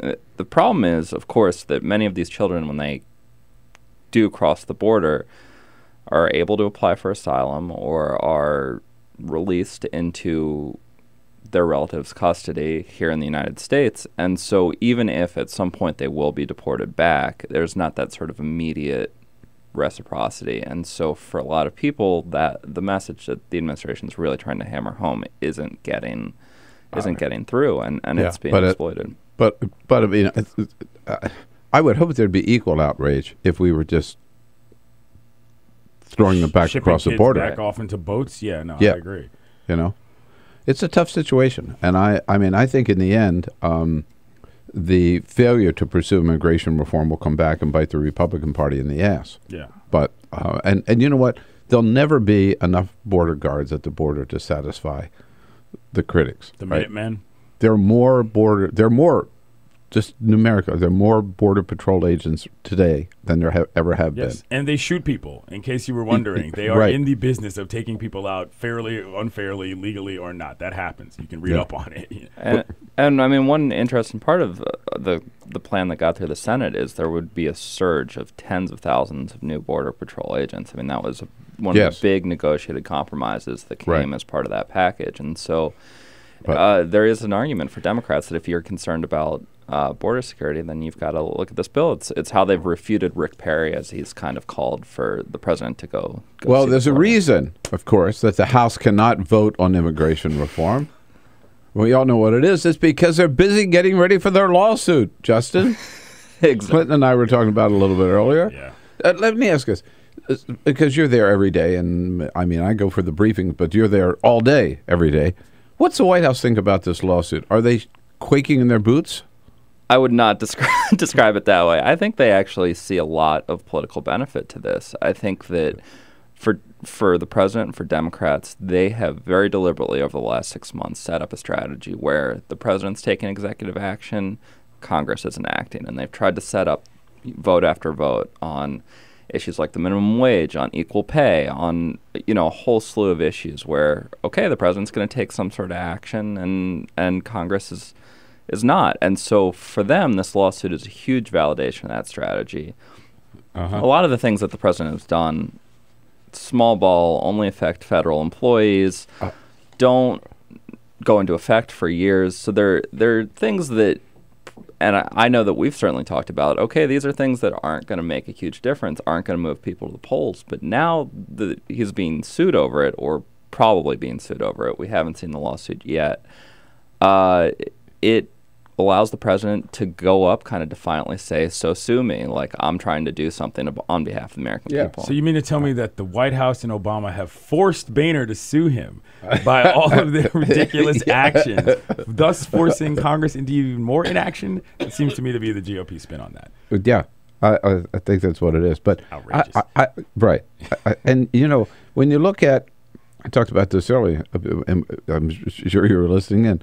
When you look at the number of executive actions that Obama has signed, right, pales compared to former presidents, and the impact, as you call it, small ball. Most of the stuff he's done is real small ball. Yeah. Okay, federal contractors have to pay their employees the minimum wage, God forbid. Yeah, right, exactly. Where the FDR used an executive order to round up the Japanese Americans and put them in internment camps. Yeah, talk about getting sued for something where they should have gotten sued for something, right? Yeah, no, you're But right. what I don't get is, again, we talked about this too, politically, I don't see the payback here for John Boehner, except for his extreme Tea Party base and basically keeping the hounds away from him the way they got Eric Cantor. Yeah. I mean, talking to leadership aides, they do say, when this happens, it's going to be tailored. It's going to kind of pass the smell test, and it's going to be on an issue. Who says that?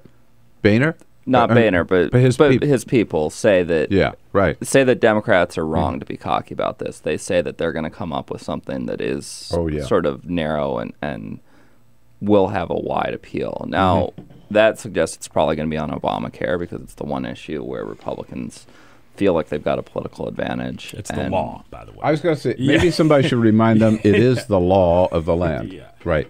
But, maybe the White House is wrong to be cocky about this. But at the same time, until Republicans kind of put up what that lawsuit's going to be, and until they prove that it's something that people are going to buy into, it both seems extremely partisan and like it would give Democrats a big Just for the record, here. So Boehner has a chance in his op-ed over the weekend CNN's website. I love the "we must sue the president." Yeah. Like, we must sue, right? But he's got a chance to spell out. Okay, here's what Obama's doing, and here's why, right?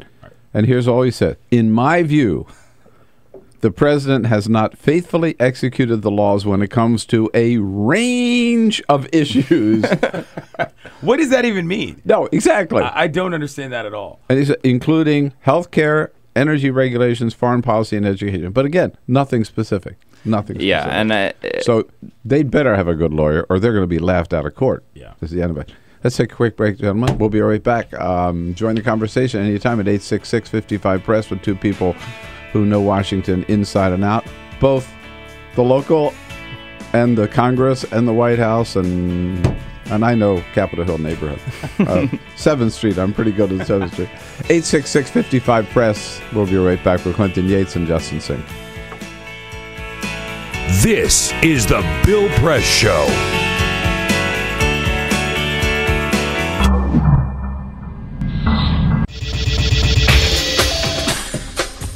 Tune into Free Speech TV for Democracy Now!, a national, independent, award-winning news program bringing you people and perspectives rarely seen on corporate media. I'm the retired bishop with the Episcopal Church as the bishop for all chaplains in federal service. I read that there was a group of people that represented a sense of injustice that I had. We'd lost Zuccotti. I mean, there was a kind of a hope that maybe Trinity Church would be gracious and give refuge. We picked this day where we would gather and demonstrate that Trinity was closing its ears to what was happening. We marched around the block, and I realized that, my goodness, they're carrying a ladder. And I thought, well, this is the moment.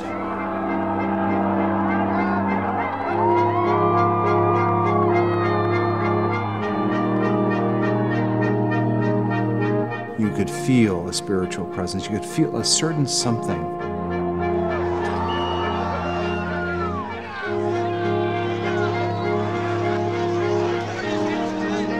And then the cops came in. It got brutal. I'm with you right here. Robin, I'm here. The church needed, in this moment in history, to stand alongside of these protesters. The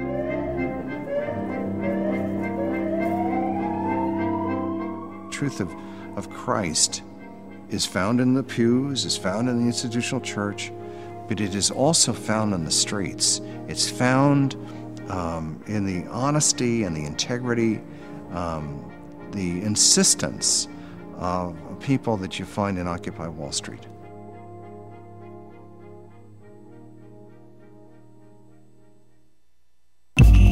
Tune in to Gay USA with hosts Ann Northrup and Andy Hum for in-depth coverage of lesbian, gay, bisexual, and transgender news. Watch Gay USA every week, only on Free Speech TV.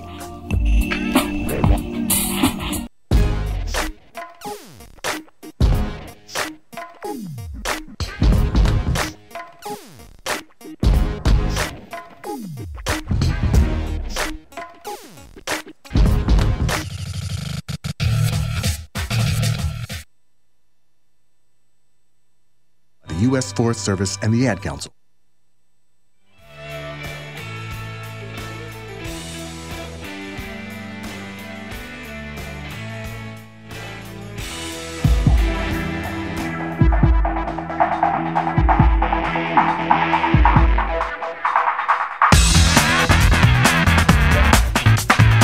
Seen on Free Speech TV and online on Talker TV. This is the Bill Press Show. 11 minutes before the top of the hour here on a Monday morning, July 7, the donut hour, thanks to Clinton Yates here from the Washington Post. Justin Singh with us also from The Hill. Wanted to move on, but we have been talking about the threatened lawsuit. It's going to happen. It's just a matter of when Congress comes back in town. John Boehner said he's going to ask the Republican caucus if they would like to join him in suing the President of the United States for not faithfully executing the laws of the land, according to John Boehner, in his view. Let's say hello to Art. We have been inviting all morning somebody who would call to defend John Boehner. I think Art may be up to that task here from East Chicago, Indiana. Hello, Art. Good morning. Good morning, sir. Do you think this is a good idea? I don't think it's a good idea. Oh. I think what Boehner wants to do is shake him up and say, hey, bring to the floor things that will produce jobs in East Chicago, Indiana. Open up Bethlehem Steel in Pennsylvania. Open United States Steel here in Gary, Indiana. Open Republic Steel. Minnesota mining. This was one of the most industrial places in the world. And there's 20% jobs lost in Illinois alone. This is terrible. What do you think that's what Boehner's motive is? Huh? How about getting some jobs going? How about I'm with you, but I mean, do you think John Boehner gives a damn? Talk over me, I'll talk over you. Okay? Art, get to the point. Thank you, Art, for the call. I think he had a point. Wow. I mean, bring back those steel mills. Amen. What does that have to do with John Boehner? But what has John Boehner done about it, right? No. Faulty logic. All right, let's go. We were talking about one reflection of this lawsuit. In the middle of it last week comes a poll. Did you see that poll by Quinnipiac University? About the president being the least 33% in that poll said that President Obama was the worst president since World War II. How do you read that?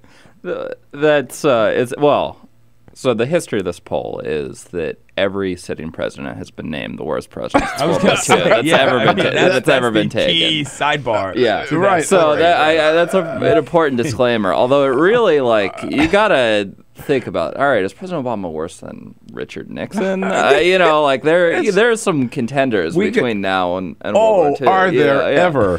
Yeah, right. How about, you mentioned Richard, or Jimmy Carter. Or his predecessor. We don't have to go that far for this, you know what I mean, in many people's minds. Starting unfounded wars is pretty high on the list as far as things that make you a bad president. Ending them, or at least trying to me, sort of makes you better. But you know what it says to me? It says more about the American people. Yeah. Right?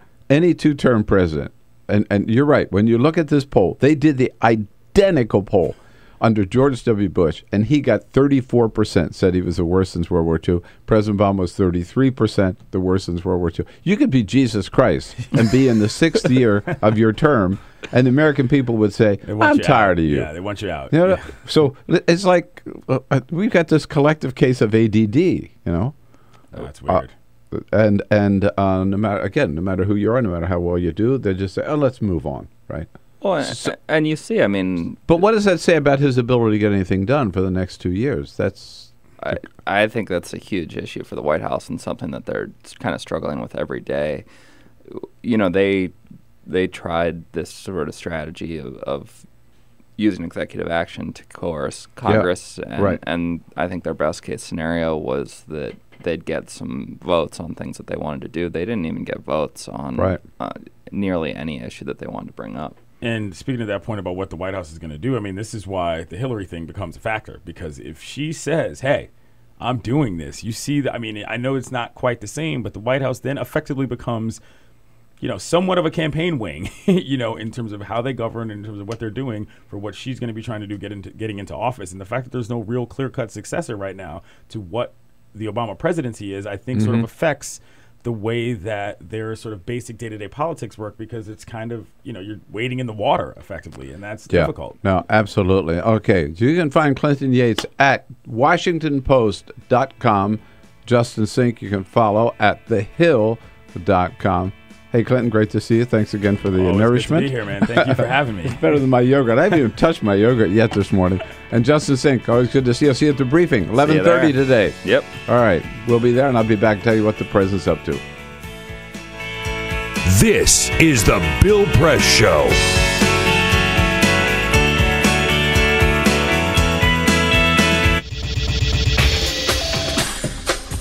Tune into Free Speech TV for Democracy Now!, a national, independent, award-winning news program bringing you people and perspectives rarely seen on corporate media.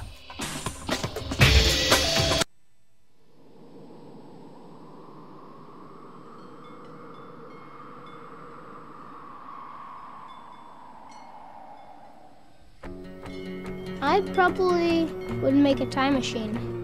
I would make medicine for the sick. I'd probably invent something new. If I could have an extra 5 years to live. You said 5, right? 5 years. It's a long time. I would try to fix everything I did bad. I would bring my uncle back because I miss him very much. I would get more hamsters. I would probably want to go looking for dark matter. I think I'd go looking for aliens. If I could live an extra 5 years. I was thinking about making like a helicopter, like a wooden helicopter, but I don't have any wood. I want to go check out the moon sometime. I'd probably teach my sister not to hate tuna. I would try and invent a machine that lets you run at light speed. If I had 5 more extra years to live, I would be the boss of all the chipmunks. Eu cantaria na frente de 1 milhão de pessoas. I don't really know. I think I'd do anything. Why are you asking me that?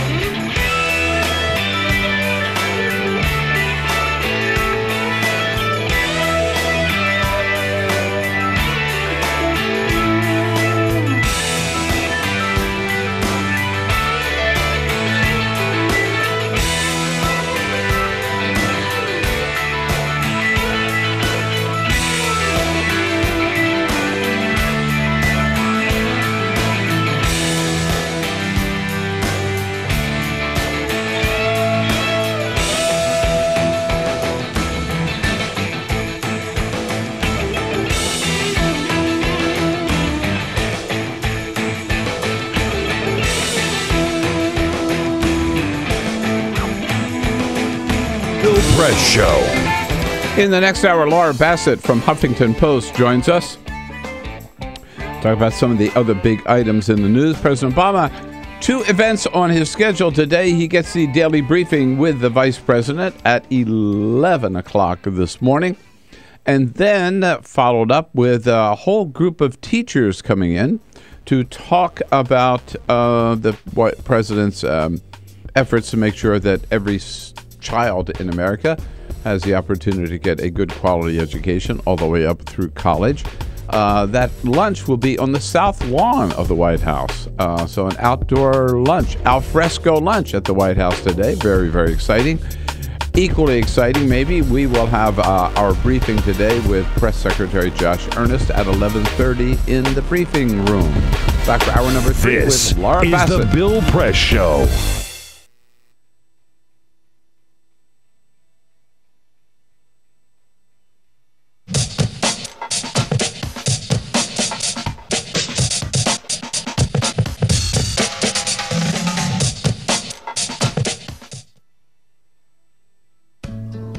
You wouldn't let money just blow out of your house. So when your AC or heater is on, make sure the doors, windows, and fireplace flue are shut tight. If you're headed out, turn down the AC or lower the heat by 10 degrees. And always keep your water heater set at 120. A little bit of common sense goes a long way. Get more great tips at energysaver.gov. So, I'm kind of new here, but I've noticed a trend. My human does this funny thing where she goes around and gets all my toys, and then she hides them in that basket by the door. But it's always the same basket, and it's always in the same place. And then she acts so surprised when I find them, but, she's putting them in the same basket. Again. It's like, hello, that's where you put it last time. You were the worst at hide and go seek.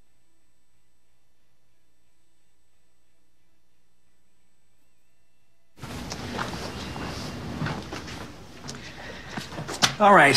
I know this isn't any fun to talk about, but we should. Okay. So who's going to do what? I'll pack the dead batteries. Great. I'll only put what I don't need into a duffel bag. Perfect. That's totally unhelpful. No problem. Meanwhile, I will try to comfort everyone by speaking in a calm voice. And I'll try to get the generator going without any gas. Oh, let's not forget the cell phones, which probably won't work. Right. And who is going to handle supplies? I can forget to do a list for us. Thanks, pal. Well, I think we couldn't be any less prepared. I'm proud of you guys. Talk to your kids about who to call, where to meet, what to pack. Visit ready.gov/kids for tips and information. I'm the retired bishop with the Episcopal Church as the bishop for all chaplains in federal service. I read that there was a group of people that represented a sense of injustice that I had. We'd lost Zuccotti. There was a kind of a hope that maybe Trinity Church would be gracious and give refuge. We picked this day where we would gather and demonstrate that Trinity was closing its ears to what was happening. We marched around the block, and I realized that, my goodness, they're carrying a ladder. And I thought, well, this is the moment.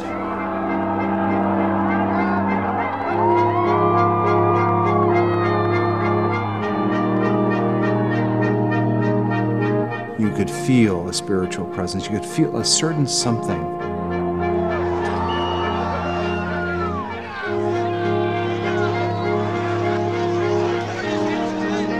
And then the cops came in. It got brutal. Yeah, I'm with you right here. Robin, I'm here. The church needed, in this moment in history, to stand alongside of these protesters.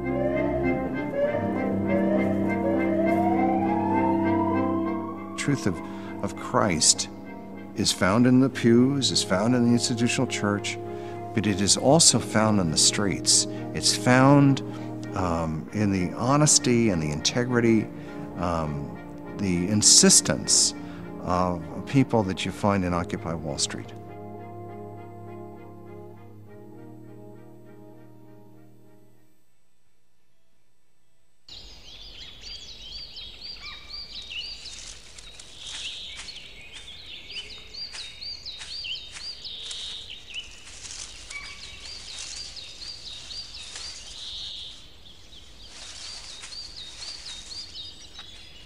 At Earth Justice, we defend the environment in the courtroom. Join our fight. When you take a seat, you take a stand. Earth Justice, because the Earth needs a good lawyer. Tune in to Gay USA with hosts Ann Northrup and Andy Hum for in-depth coverage of lesbian, gay, bisexual, and transgender news. Watch Gay USA every week, only on Free Speech TV.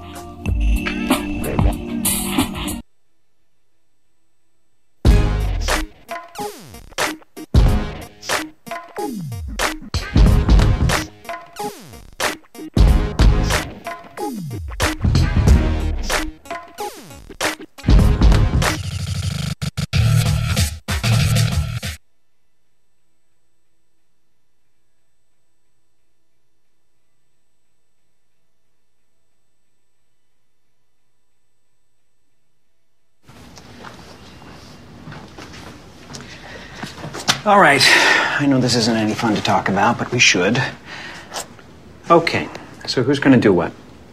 I'll pack the dead batteries. Great. I'll only put what I don't need into a duffel bag. Perfect. That's totally unhelpful. No problem. Meanwhile, I will try to comfort everyone by speaking in a calm voice. And I'll try to get the generator going without any gas. Oh, let's not forget the cell phones, which probably won't work. Right. And who is going to handle supplies? I can forget to do a list for us. Thanks, pal. Well, I think we couldn't be any less prepared. I'm proud of you guys.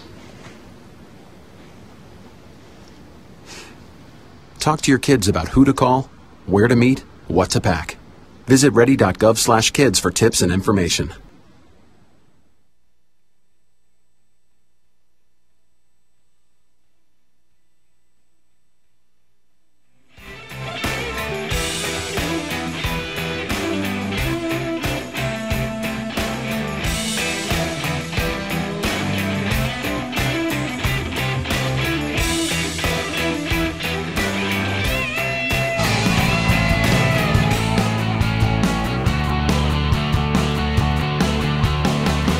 Broadcasting around the nation, on your radio, on your TV, and online. This is The Bill Press Show. President Obama says, go ahead, sue me. John Boehner says, all right, I will. And they come back this week to get that done. Good morning. That's what passes for progress in Washington these days. Hey, good morning, everybody. Monday, July 7. What about that big 4th of July weekend? Hope it was a great one for you. And welcome back to the real world here as we tackle the news of the day, tell you all about it, and take your calls at 866-55-PRESS. It is the Bill Press Show here on your local progressive talk radio station. Here with you worldwide on our video stream, Talker TV, youtube.com/Talker TV. And with you as well on the radio on the TuneIn app, or your iPhone on the TuneIn app, whatever. Download it. It's free. And go to the Progressive Voices channel, and you will find us there on the TuneIn app. Great day today. Off to a good start here in Washington, D.C. Want to hear from you and your take on all the news of the day. Give us a call at 866-55-PRESS. Or send us your comments on Twitter at BP Show or on Facebook at facebook.com/Bill Press Show. A little weary from the weekend, but here nonetheless, Peter Ogburn and Elisa Murphy. I'm refreshed, bright-eyed, bushy-tailed, ready to be here on a Monday. Woohoo! You haven't acted that way all morning. Don't tell me. I know the truth. Elisa Murphy here. Good morning. Lisa. Alicia Cruz has the week off, so Javon Paris is back in, filling in as our screener, ready for your calls at 866-55-PRESS. Cyprian Balding may never be coming back the way it looks like. So fortunately, Monty Chancellor is here, standing by and on the job as our videographer this morning. Now, I've been in a lot of situations where I was a guest on a show and didn't really have a good time and didn't like the way it went and maybe didn't like the questions that I was asked. But I never pulled my microphone off and walked off the set. Okay. Never did that. You've never done that? No. Yet. I never pulled... Yet. Right. I never pulled a Joan Rivers. But she was on a CNN. She's got a new book out. I don't know what it's all about. But anyhow, she was out pumping her book. And she was on CNN with Frederica Whitfield. And Frederica goes after her, saying, oh, man, you say you're such a wonderful person and you're such an animal lover, and yet you wear furs and... You're mean. You wear leather and you're mean to people. And Joan Rivers finally just says... blank you and the horse you rode in on, I'm riding out of here. She walks off the set after blasting Frederica Whitfield. Here's how it went. This whole interview is becoming a defensive interview. No! Are you wearing leather shoes? Yeah, shut up. I'm talking. You know what I mean? I don't want to hear. You're wearing fur. You're wearing leather shoes. I'm not an activist, You're eating chicken. Yeah. You're eating meat. I don't want to hear this nonsense. Come to me with a paper belt, and I'll talk to you. But you did hear it in some of those press conferences. There were people who were upset, and you're just saying, no. I'm going. I really am going because all you have done is negative. No. All you have done is negative. I haven't heard I make people laugh for 50 years. I am put on earth to make people laugh. My book is funny. I wear fur that was killed 15 years ago. I work for animal rights. Stop it with, and you do this, and you're mean, and you're that. You are not the one to interview a person who does humor. Sorry. Bye. Bye. Wow. I love it. I mean, there's somebody there. I was put on earth. God put me on earth to make people laugh. Yes. Mm-hmm. And I wear furs. I wear of animals that were killed 15 years ago. These were cruelly slaughtered 15 years ago, so get off my back. There's a statute of limitations. Apparently, on slaughtering mink and chipmunks and raccoons or whatever. It's a raccoon fur shawl. She probably's got one. Raccoon coats? I don't think they sell raccoon coats. No, there's an idea. They used to be the big thing. No. In the 20s, when she probably bought it. It's true. Oh, God, I'm telling you. I don't. So what did Frederica Whitfield do after she walked off the set? I mean, thank you so much, Joan Rivers, and then moved on. Well, I hope there's nothing else you could do. I hope she had another guest, or somebody in the wings. Just blankly staring at the camera for another 15 minutes. Yeah, exactly. Oh man, Joan Rivers. She used to be funny. Yeah.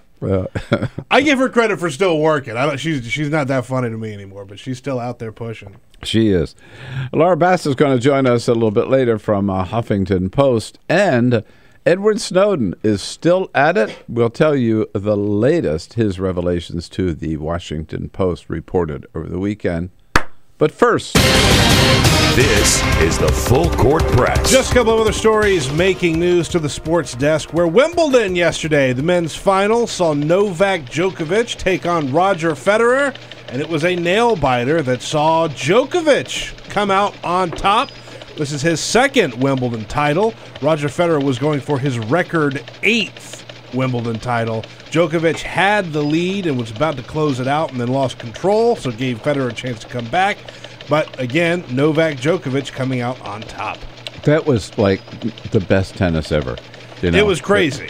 It was incredible. It was totally crazy. And it's sort of like Djokovic just outlasted. It's like whichever one was survived. Just a slog. Yeah, exactly. Yeah. Which state has the best food? The best food? The best food all around. Oh, my God. Whoa. Boy. I'd have to put Louisiana. Regional food? Regional food. Yeah. Like which state can claim to have the best ingredients, style of food, restaurants all together? If you had to go to eat one state, what would it be? Who has the best? I'd have to think more about it, but Louisiana would certainly be up there. Well, Thrillist put together a list and compiled all the different things that states offer. Louisiana is in the top 5. It's number 4 on the list. Really? Okay. Number 3 is New York. Number 2 is Texas, and number 1, surprised you didn't go here, California. They say California is number 1 on the list. Well, the reason I didn't go to New York or California is because I'm thinking regional. Like, New York has great food, but they have people from all over who come to New York. That's true. I agree with you there. And like, they're great French restaurants. They're good, whatever, right? But, no, in California. I can see California. The local for particular I think the local stuff in California. God knows, I should maybe feel better about my home state here. That's right. Come on. And I'm sure you read a lot of books. You've started a book and haven't been able to finish it, right? It's just for whatever Absolutely. reason. Well, there is a new study put together by Dr. Jordan Ellenberg. This is a semi-scientific way to find out which books do most people start and then not finish. And the way that she got this is, you took a look at the Kindle readers. You could highlight certain passages as you read, and then syncs up to your Amazon account. And so they took a look at which books nobody bookmarks like the last or highlights the last couple of chapters. So number 1 on the list is Lean In, Women, Work, and the Will to Lead by Sheryl Sandberg. Also, one of the bigger ones on the list, A Brief History of Time by Stephen Hawking. Basically, a lot of people buy it because it's a popular book, and they read a few pages and it's don't way finish over their it. head, and they just give up on it. So there you go. That's according to Amazon. Neither one of which I bought, neither one of which I wanted to read. So there you go. You knew ahead of time. I didn't have a problem with not finishing it. I didn't start it. Well, Edward Snowden continues to make news whether he wants to or not because he dumped so much information, what is it, almost 2 years ago now, that the Washington Post and the Guardian are still sifting through. It's amazing. Still sorting through the information that he released and still finding nuggets in there to report on. And remember that Snowden was very selective about what information he gave to the Post or to the Guardian. He didn't want to give anything that would in any way jeopardize our national security. He wanted, though, to release the information that would let us ordinary citizens know what the NSA was up to in regard to our own communications, having nothing to do with terrorism, our own phone calls or emails or e-messages or kind of whatever. And again, more and more that stuff keeps coming out as reporters sift through that mountain of information. So the latest over the weekend is really, really striking, I thought. The Washington Post reported that, now we know that the NSA was spying on foreigners who were targeted by them for suspected terrorist links or connections. So that any emails going back and forth between this country and any other country, right, and were monitored for, again, links to these targeted individuals. Well, actually, according to these documents, and nobody's repudiated it, but the Washington Post reports, and they did a study of all of this information. So, for in a 4-year span, 90% of all that information collected were emails from ordinary citizens, both Americans and non-Americans. Only 10% of what they were collecting had anything to do with anybody in any way possibly affiliated with some terrorist organization, or having to do with something somehow it could be traced to, okay, that's a legitimate target. 10%. 90% of it were ordinary citizens, and 50% of those ordinary citizens were American citizens. So again, this idea that NSA is only spying on the people who are really serious targets, who are really that should be spied on because they're doing something suspicious that might somehow be connected to terrorism. This is not true. Only 10% of the material they were collecting could even remotely be traced to some connection to terrorism. I think so. The people who defend the NSA now are the way I see it, are divided into basically two camps. They're the people who say, oh, well, I don't mind if the NSA is watching me because I'm not doing anything wrong. Right. And then there's the other part, which I think is the bigger part, that says this is a vital tool. We're watching foreign communications. And this just completely shoots a hole right in that argument. Totally. So here's the kind of stuff that they were gathering, according to the Washington Post. They looked at all the material that NSA collected. It included stories of love and heartbreak, illicit sexual liaisons, mental health crises, political and religious conversions, financial anxieties, and disappointed hopes. In other words, all the stuff that we send emails about, all the stuff that we talk to friends about, all that kind of stuff, all this gossip, basically, is what NSA was collecting. And we wouldn't know this, right, without Edward Snowden, which gets me back to something that we did report on last week. It's certainly connected to this. that the new head of the NSA, Admiral Michael Rogers, I believe his name is, but the new head of NSA, actually in an interview said with the New York Times, said that, I'm paraphrasing, but what he did say is the sky is not falling. In other words, he asserted and he admitted that Edward Snowden hadn't done that much damage after all. He released a lot of information. He let us know what the NSA was up to. He let us know what how our government is spying on us. But in terms of the so-called war on terror or the pursuit after those people who are really still plotting attacks against the United States, it didn't impede our ability to go after them at all, and didn't interfere with the legitimate operations of the NSA or any of the other security agencies. According to the new head of the NSA, he said, no, even though the White House still says this is the worst thing that ever happened, the greatest threat we've ever had, blah, blah, blah, blah, blah, the head of the NSA says, not so. Not so. The sky is not falling. Just one more, just even more evidence of how the NSA has abused our right of privacy and exceeded their authority.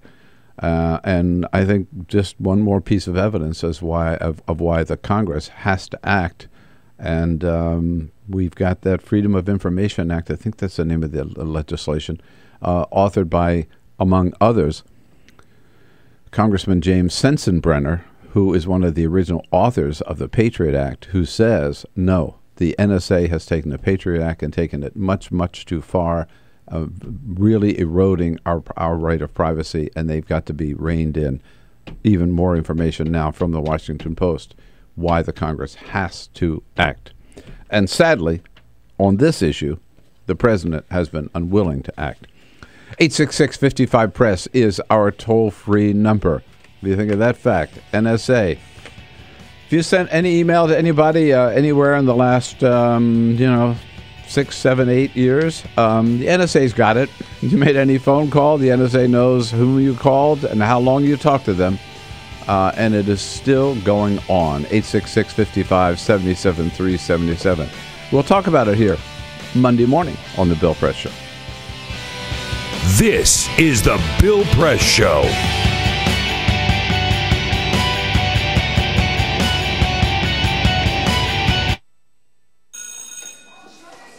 Don't look at me. Your hair's a bit frizzy today. Oh, you should pick that up. Oh, you're such a dork. Loser. Here, let me help you with that. Oops. Every day, kids witness bullying. Oh, look. Your crush is looking at you. Poor you. They want to help, but don't know how. See, no one here's gonna help you, because no one Teach your likes kids how to be more than a bystander. Visit stopbullying.gov. If you drive buzzed, it could cost you around $10,000. You'll face major legal fees, major fines, and steep insurance penalties. You could lose everything. Nothing kills a buzz like getting pulled over for buzz driving, because buzz driving is drunk driving. When some people struggle with their mortgage payments, they become frozen, petrified. Not knowing what to do, they do nothing. But the people who take action are far more likely to get the most positive outcome. Making home affordable is a free government program. Call now to talk one-on-one with a housing expert about the options that are right for you. Real help, real answers, right now. Here at the GED Pep Talk Center, we have pep talkers standing by to get you motivated for your GED diploma. Text the name Terry to 69222 for a sympathetic pep talk. You show people what you really are. Or for a gentle pep talk, text the name Deborah. You know you're going to make people very proud of you. And if that's not enough, text the name Danny for an extreme pep talk. Prove everyone wrong. Show them you're the boss. Get your GED pep talk and find free GED classes. Text the name of the person you want a pep talk from to 69222.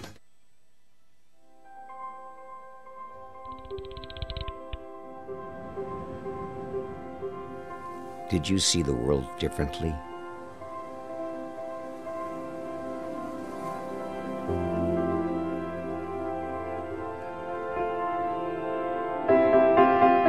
Did you celebrate the victory?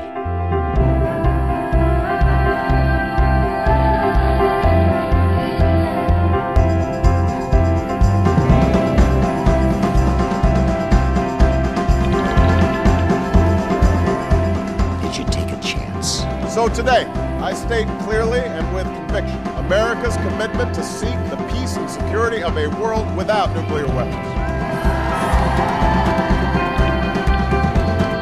Did you stand up against our greatest threat?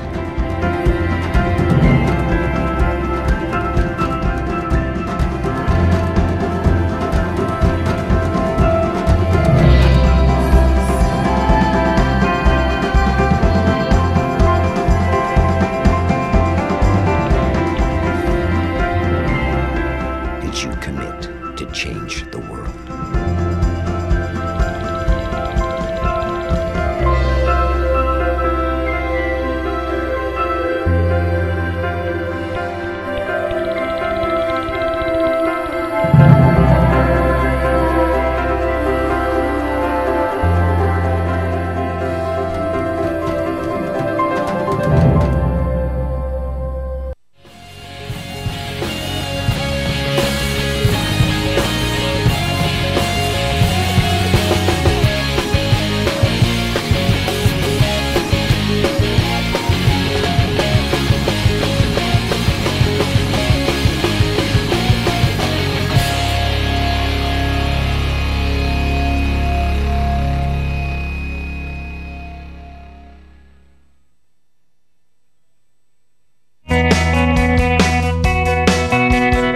This is the Bill Press Show. How about it? 26 minutes after the hour here on a Monday morning, July 7. Laura Bassett from Huffington Post joins us in studio for the next half hour. Little roundup of the news of the day. Told you about the latest from the Washington Post on NSA. For the 4th of July, President Obama, as always, welcomed military families to the south lawn of the White House for a little picnic, a little barbecue, and then watching the fireworks.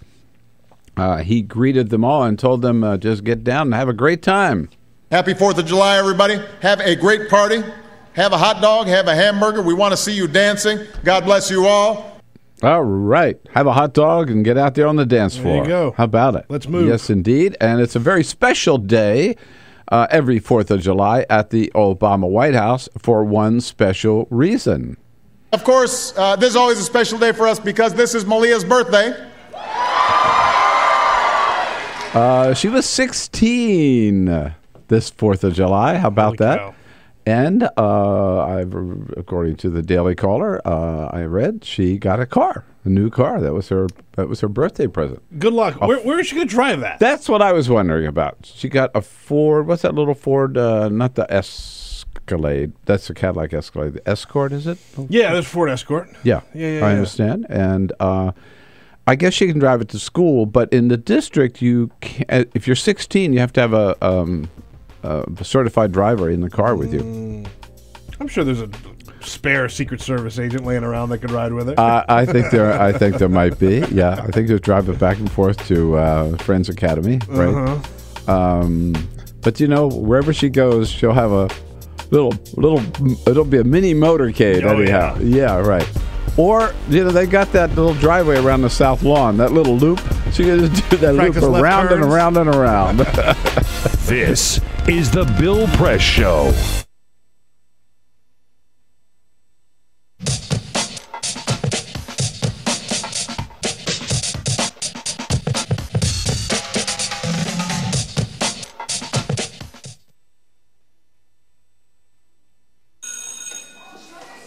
Don't look at me. Your hair's a bit frizzy today. Aww, you should pick that up. Oh, you're such a dork. Loser. Here, let me help you with that. Oops. Every day, kids witness bullying. Oh, look. Your crush is looking at you. Poor you. They want to help, but don't know how. See, no one here's gonna help you, because no one Teach your likes you. kids how to be more than a bystander. Visit stopbullying.gov. If you drive buzzed, it could cost you around $10,000. You'll face major legal fees, major fines, and steep insurance penalties. You could lose everything. Nothing kills a buzz like getting pulled over for buzz driving, because buzz driving is drunk driving. When some people struggle with their mortgage payments, they become frozen, petrified. Not knowing what to do, they do nothing. But the people who take action are far more likely to get the most positive outcome. Making home affordable is a free government program. Call now to talk one-on-one with a housing expert about the options that are right for you. Real help, real answers, right now. Tune into Free Speech TV for Democracy Now!, a national, independent, award-winning news program bringing you people and perspectives rarely seen on corporate media.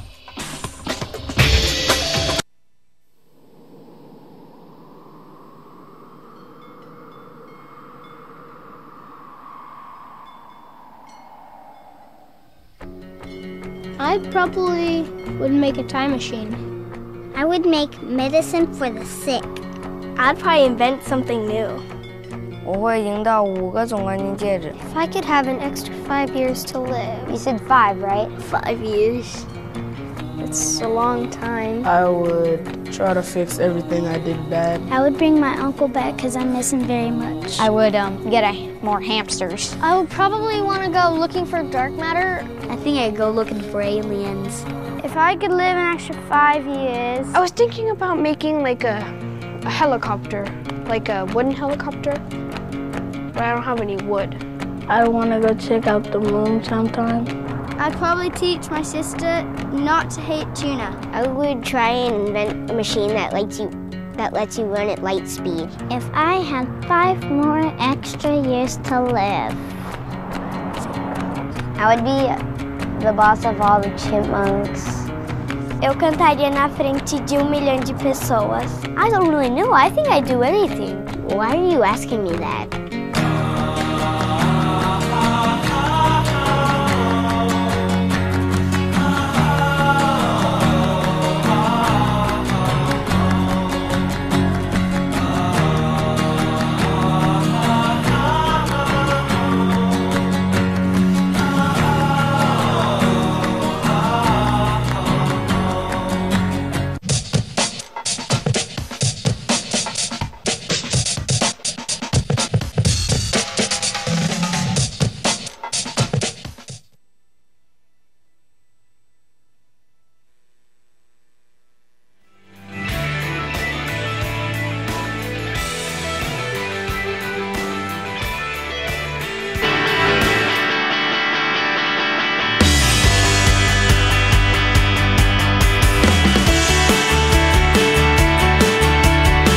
Connect with The Bill Press Show on Twitter. Follow us at BP Show and tweet using the hashtag WatchingBP.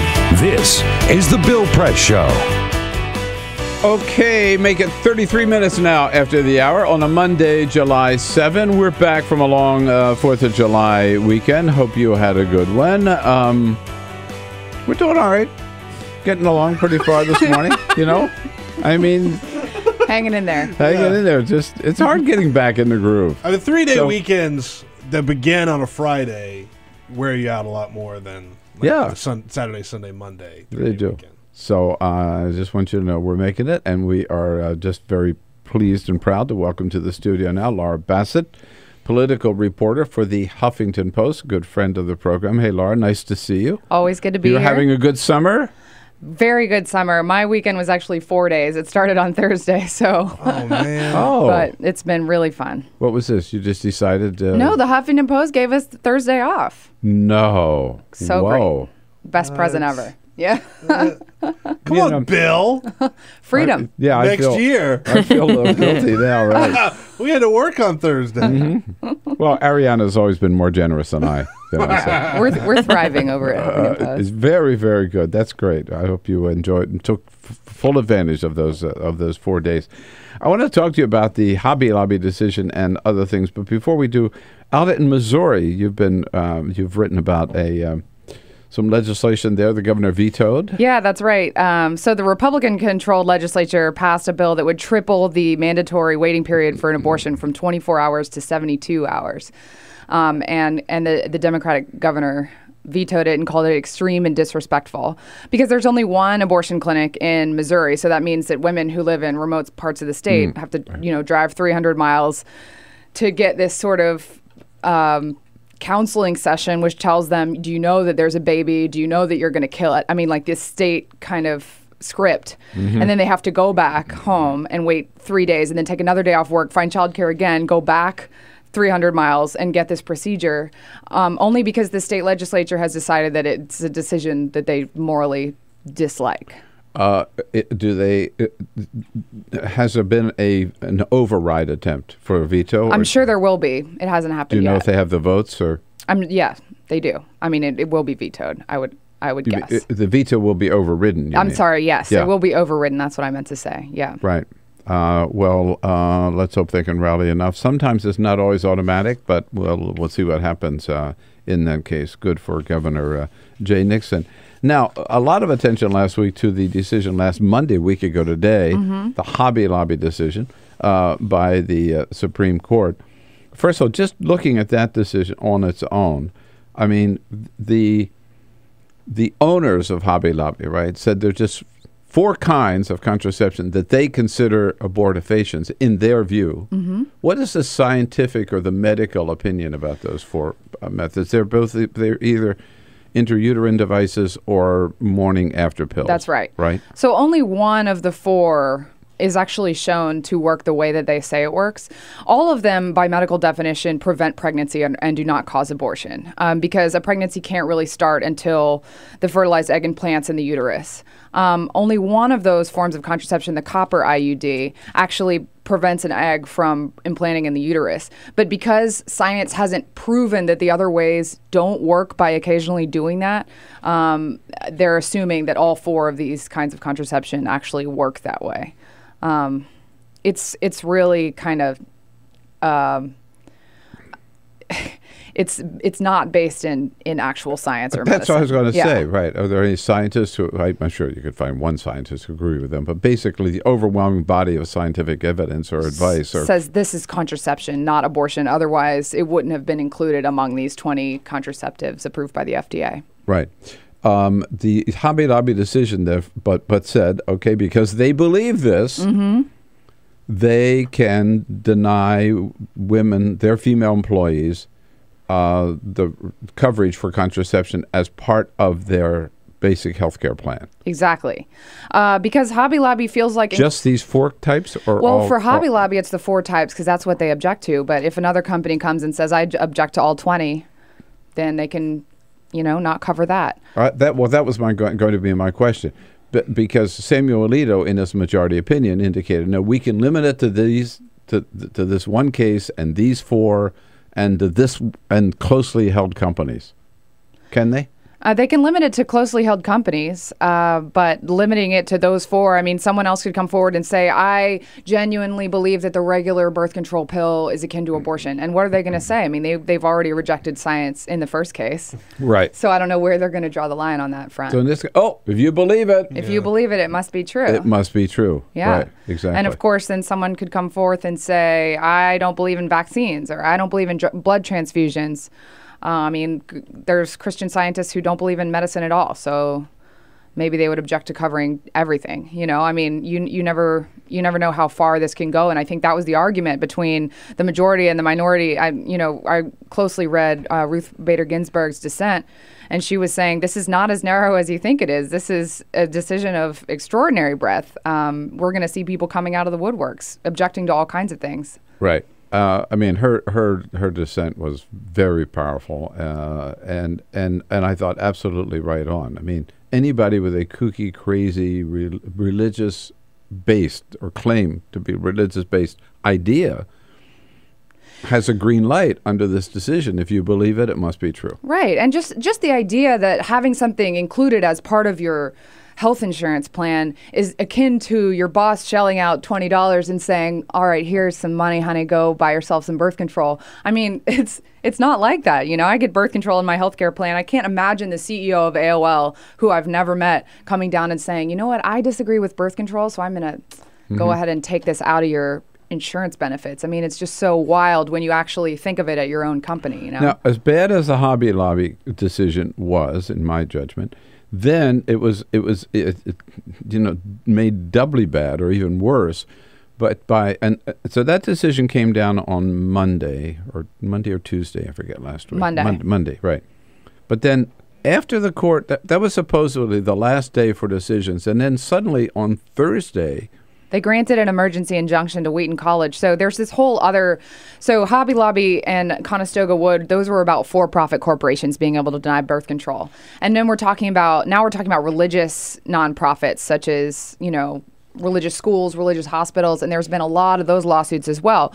We'll talk specifically about Wheaton College. They get an accommodation from the Obama administration. They can sign a form and say, I disagree with covering birth control, you deal with it, and then the insurance has to go and arrange for the coverage and pay for it. And that's already the case, right? That's already the case. That was the compromise engineered by the Obama administration for religious organizations. Nonprofits. Right. Exactly. Okay.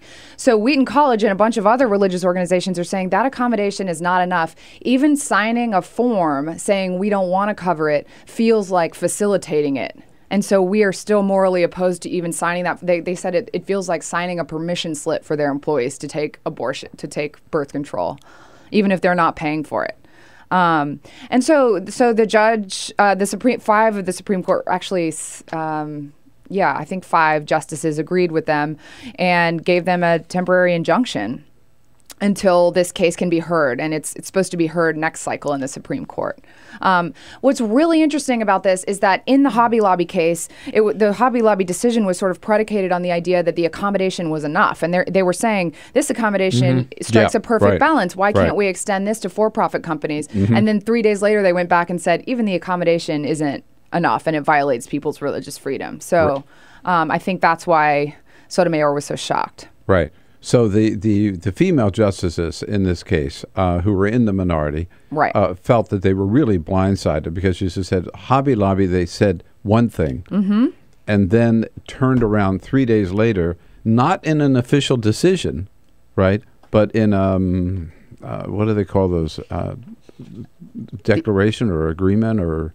The injunction? Injunction? Yeah. Yeah, right. Granted them an injunction, which they can do. I didn't realize they could do. Yeah.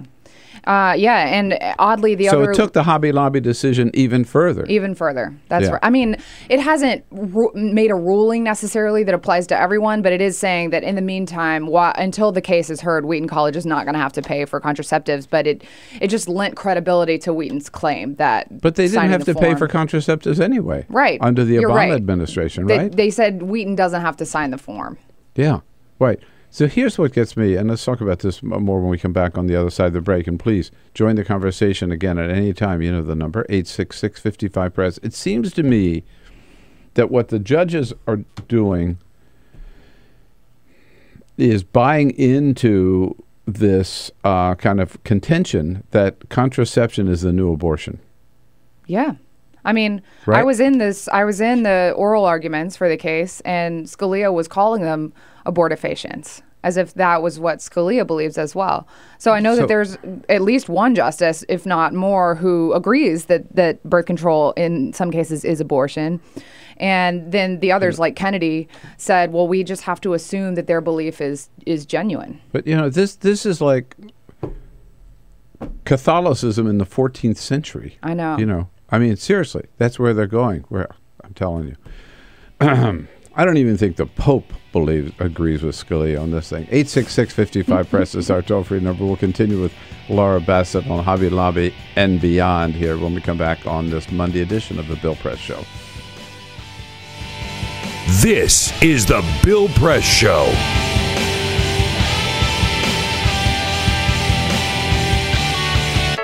This is my computer. This is your computer. Let's go on the internet. Let's go. Click it. Yes. Okay. I cursor in between the R and the E. Pressing done. I want you to just push the period. She's gonna love me all over again. That's it.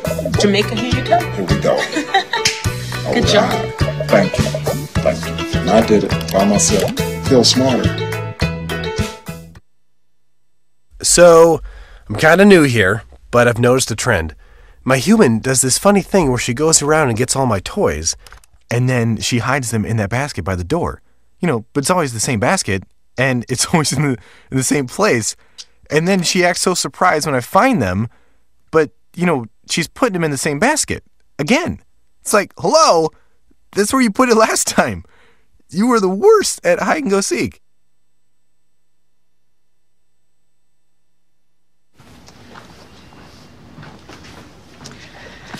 All right. I know this isn't any fun to talk about, but we should. Okay. So who's going to do what? I'll pack the dead batteries. Great. I'll only put what I don't need into a duffel bag. Perfect. That's totally unhelpful. No problem. Meanwhile, I will try to comfort everyone by speaking in a calm voice. And I'll try to get the generator going without any gas. Oh, let's not forget the cell phones, which probably won't work. Right. And who is going to handle supplies? I can forget to do a list for us. Thanks, pal. Well, I think we couldn't be any less prepared. I'm proud of you guys. Talk to your kids about who to call, where to meet, what to pack. Visit ready.gov/kids for tips and information. Hey, thanks for stopping by. You know, I followed your character since the first episode. I'm a big fan. Big fan. Thank you. And listen, your storyline, it makes for incredible TV drama. Thing is, your drug use is very adult content. Too adult for the kids. So I'm gonna have to block you. Oh, man. Yeah. Well, have a good one. You're a nice lady.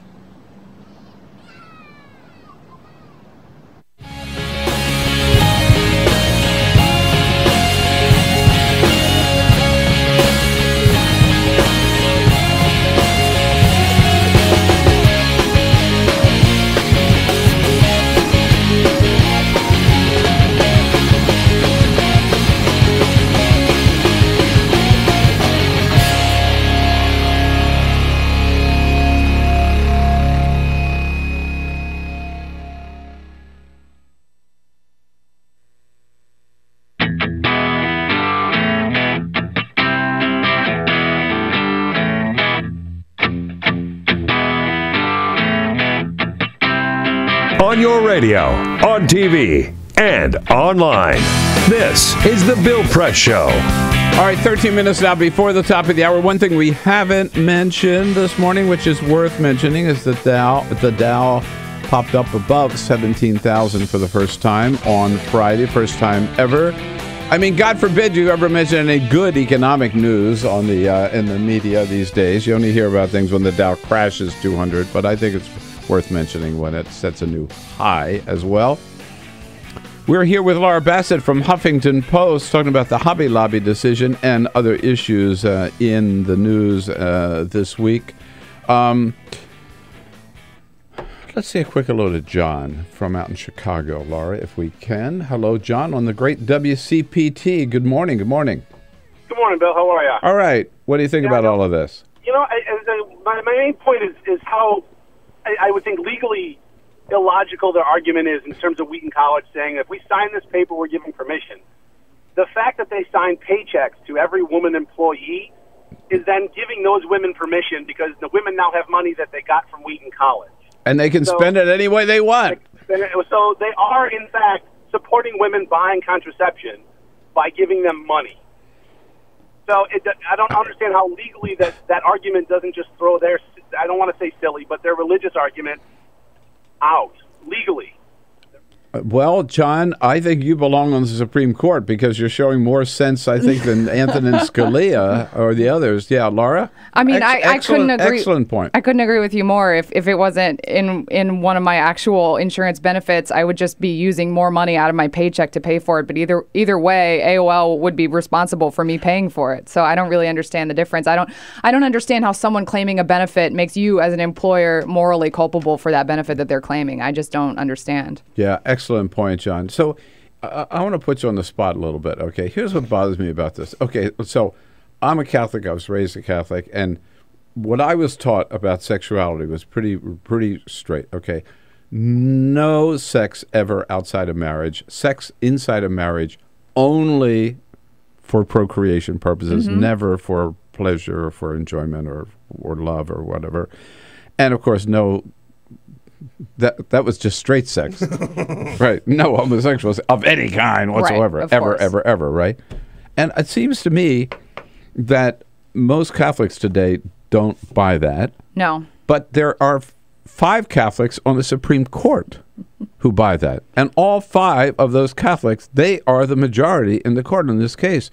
So, I mean, I was sort of flippant. I said, I don't even think the Pope believes that anymore. I really don't believe Pope Francis believes that, St. Francis. But these 5 justices do, and they are imposing their very old-fashioned concept of sexuality on the rest of the country. That's the way I read it. Yeah, I mean, they're cloaking it in the Religious Freedom Restoration Act and saying that they're protecting religious freedom rights of employers. No, they're not. But what they're doing is, aren't they, is forcing their religion. First of all, they're allowing the owners of Hobby Lobby to force their misguided religious beliefs on all of their employees. And these 5 justices are forcing their religious beliefs on the rest of the country. Essentially, right? Yeah. I mean, if you think about, closely held corporations make up about 90% of businesses. Right, We're talking about 60 million private sector workers. Yeah. And half of those workers presumably are women, about half. And those women are now vulnerable to not getting the benefit that Congress voted on and the administration decided was a part of public health and should be included in their benefits. And so, yeah, those women are being discriminated against. Right. And there's another aspect of it, too, which I think is that the Catholic Church has tried for, 50 years or more to enforce its view that all contraception is wrong on Catholics. And they haven't even been able to convince Catholics of that. As we've seen, 95% of Catholic women acknowledge that they use some form of birth control. Exactly. So they have failed because it's a stupid policy. They've failed. People don't buy it. So now they want the government to do their work for them and to make it illegal. Yeah. Right? I mean, that's where we're heading. I'm telling you, I don't know whether there's been any legislation, but it won't be long before the next move is to make all forms of contraception illegal. Yeah, and Elizabeth Plank said on MSNBC recently, I overheard her comment. I thought it was really interesting. Elizabeth Plank, who is? She is a feminist sort of pundit. She said freedom of religion is really important, and so is freedom from religion. And I think that gets at the heart of what we're talking about here. No, I think it does. And so this case, to me, can be seen as, in one sense, it's the boys versus the girls on the Supreme Court.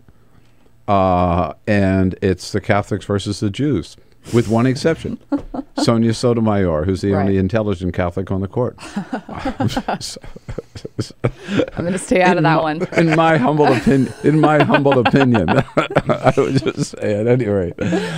But there's a lot behind this decision. This is a pretty scary decision, I think, when you look at it. And it is, and considering their decision on the abortion clinic buffer zones as well this year. They're clearly leaning conservative. Right. Much more so than the American people, I believe, at this point. I think so, too. Yeah, okay. Oh, Laura, you and I have to continue to fight the good fight, okay? And call them out on this and let the American people know what's going on. You do so at the Huffington Post, and you do it very well. Thank you so much for coming in today. Thanks for having me. HuffingtonPost.com. I'm next, ending things up with today's parting shot. This is the Bill Press Show.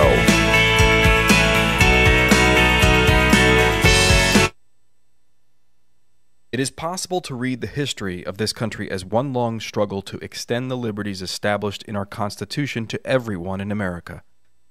In other words, who, according to our laws and culture, gets to be considered a person? The law creates legal personhood, and movements create law and change culture. So, how have the courts passed laws to shape our culture? That history goes way back before Citizens United. 1819, Dartmouth College versus Woodward, Supreme Court case, turned a corporate charter from a government-granted charter to a contract. This ruling gave corporations standing within the Constitution. 1886, Santa Clara County versus Southern Pacific Railroad. Though the court did not rule on corporate personhood, the decision was subsequently cited as a precedent to hold that a private corporation is entitled to the same 14th Amendment rights of due process and equal protection as human beings. This makes it impossible for us to make laws that treat local businesses any differently than giant multinational corporations, even if their business practices are deemed to be harmful to workers, the environment, and communities, or if they have a history of violating the law. Hale versus Henkel, 1906. The court granted corporations the Fourth Amendment search and seizure protection. Dodge versus Ford Motor Company, 1919. The Michigan Supreme Court says the business corporation is organized and carried on primarily for the profit of the stockholders. Stockholder primacy is established. The purpose of the corporation, according to the court, is no longer to serve the public good, as it had been. It is now to maximize profit for shareholders above all else. Pennsylvania Coal Company versus Mahon, 1922. Corporations get the Fifth Amendment takings clause, meaning if you pass a regulation that impacts a corporation's ability to make a profit, that is deemed a taking, and they can sue for the right to future profits lost.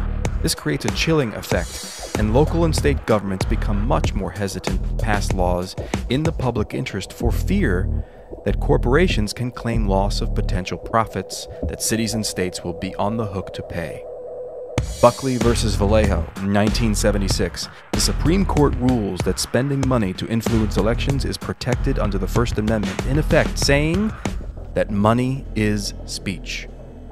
Citizens United versus Federal Election Commission, 2010. Today, the Supreme Court of Chief Justice John Roberts declared that because of the alchemy of its 19th century predecessors in deciding that corporations had all the rights of people, any restrictions on how these corporate beings spend their money on political advertising are unconstitutional. The court's ruling threatens to undermine the integrity of elected institutions across the nation. It's a rejection of the common sense of the American people.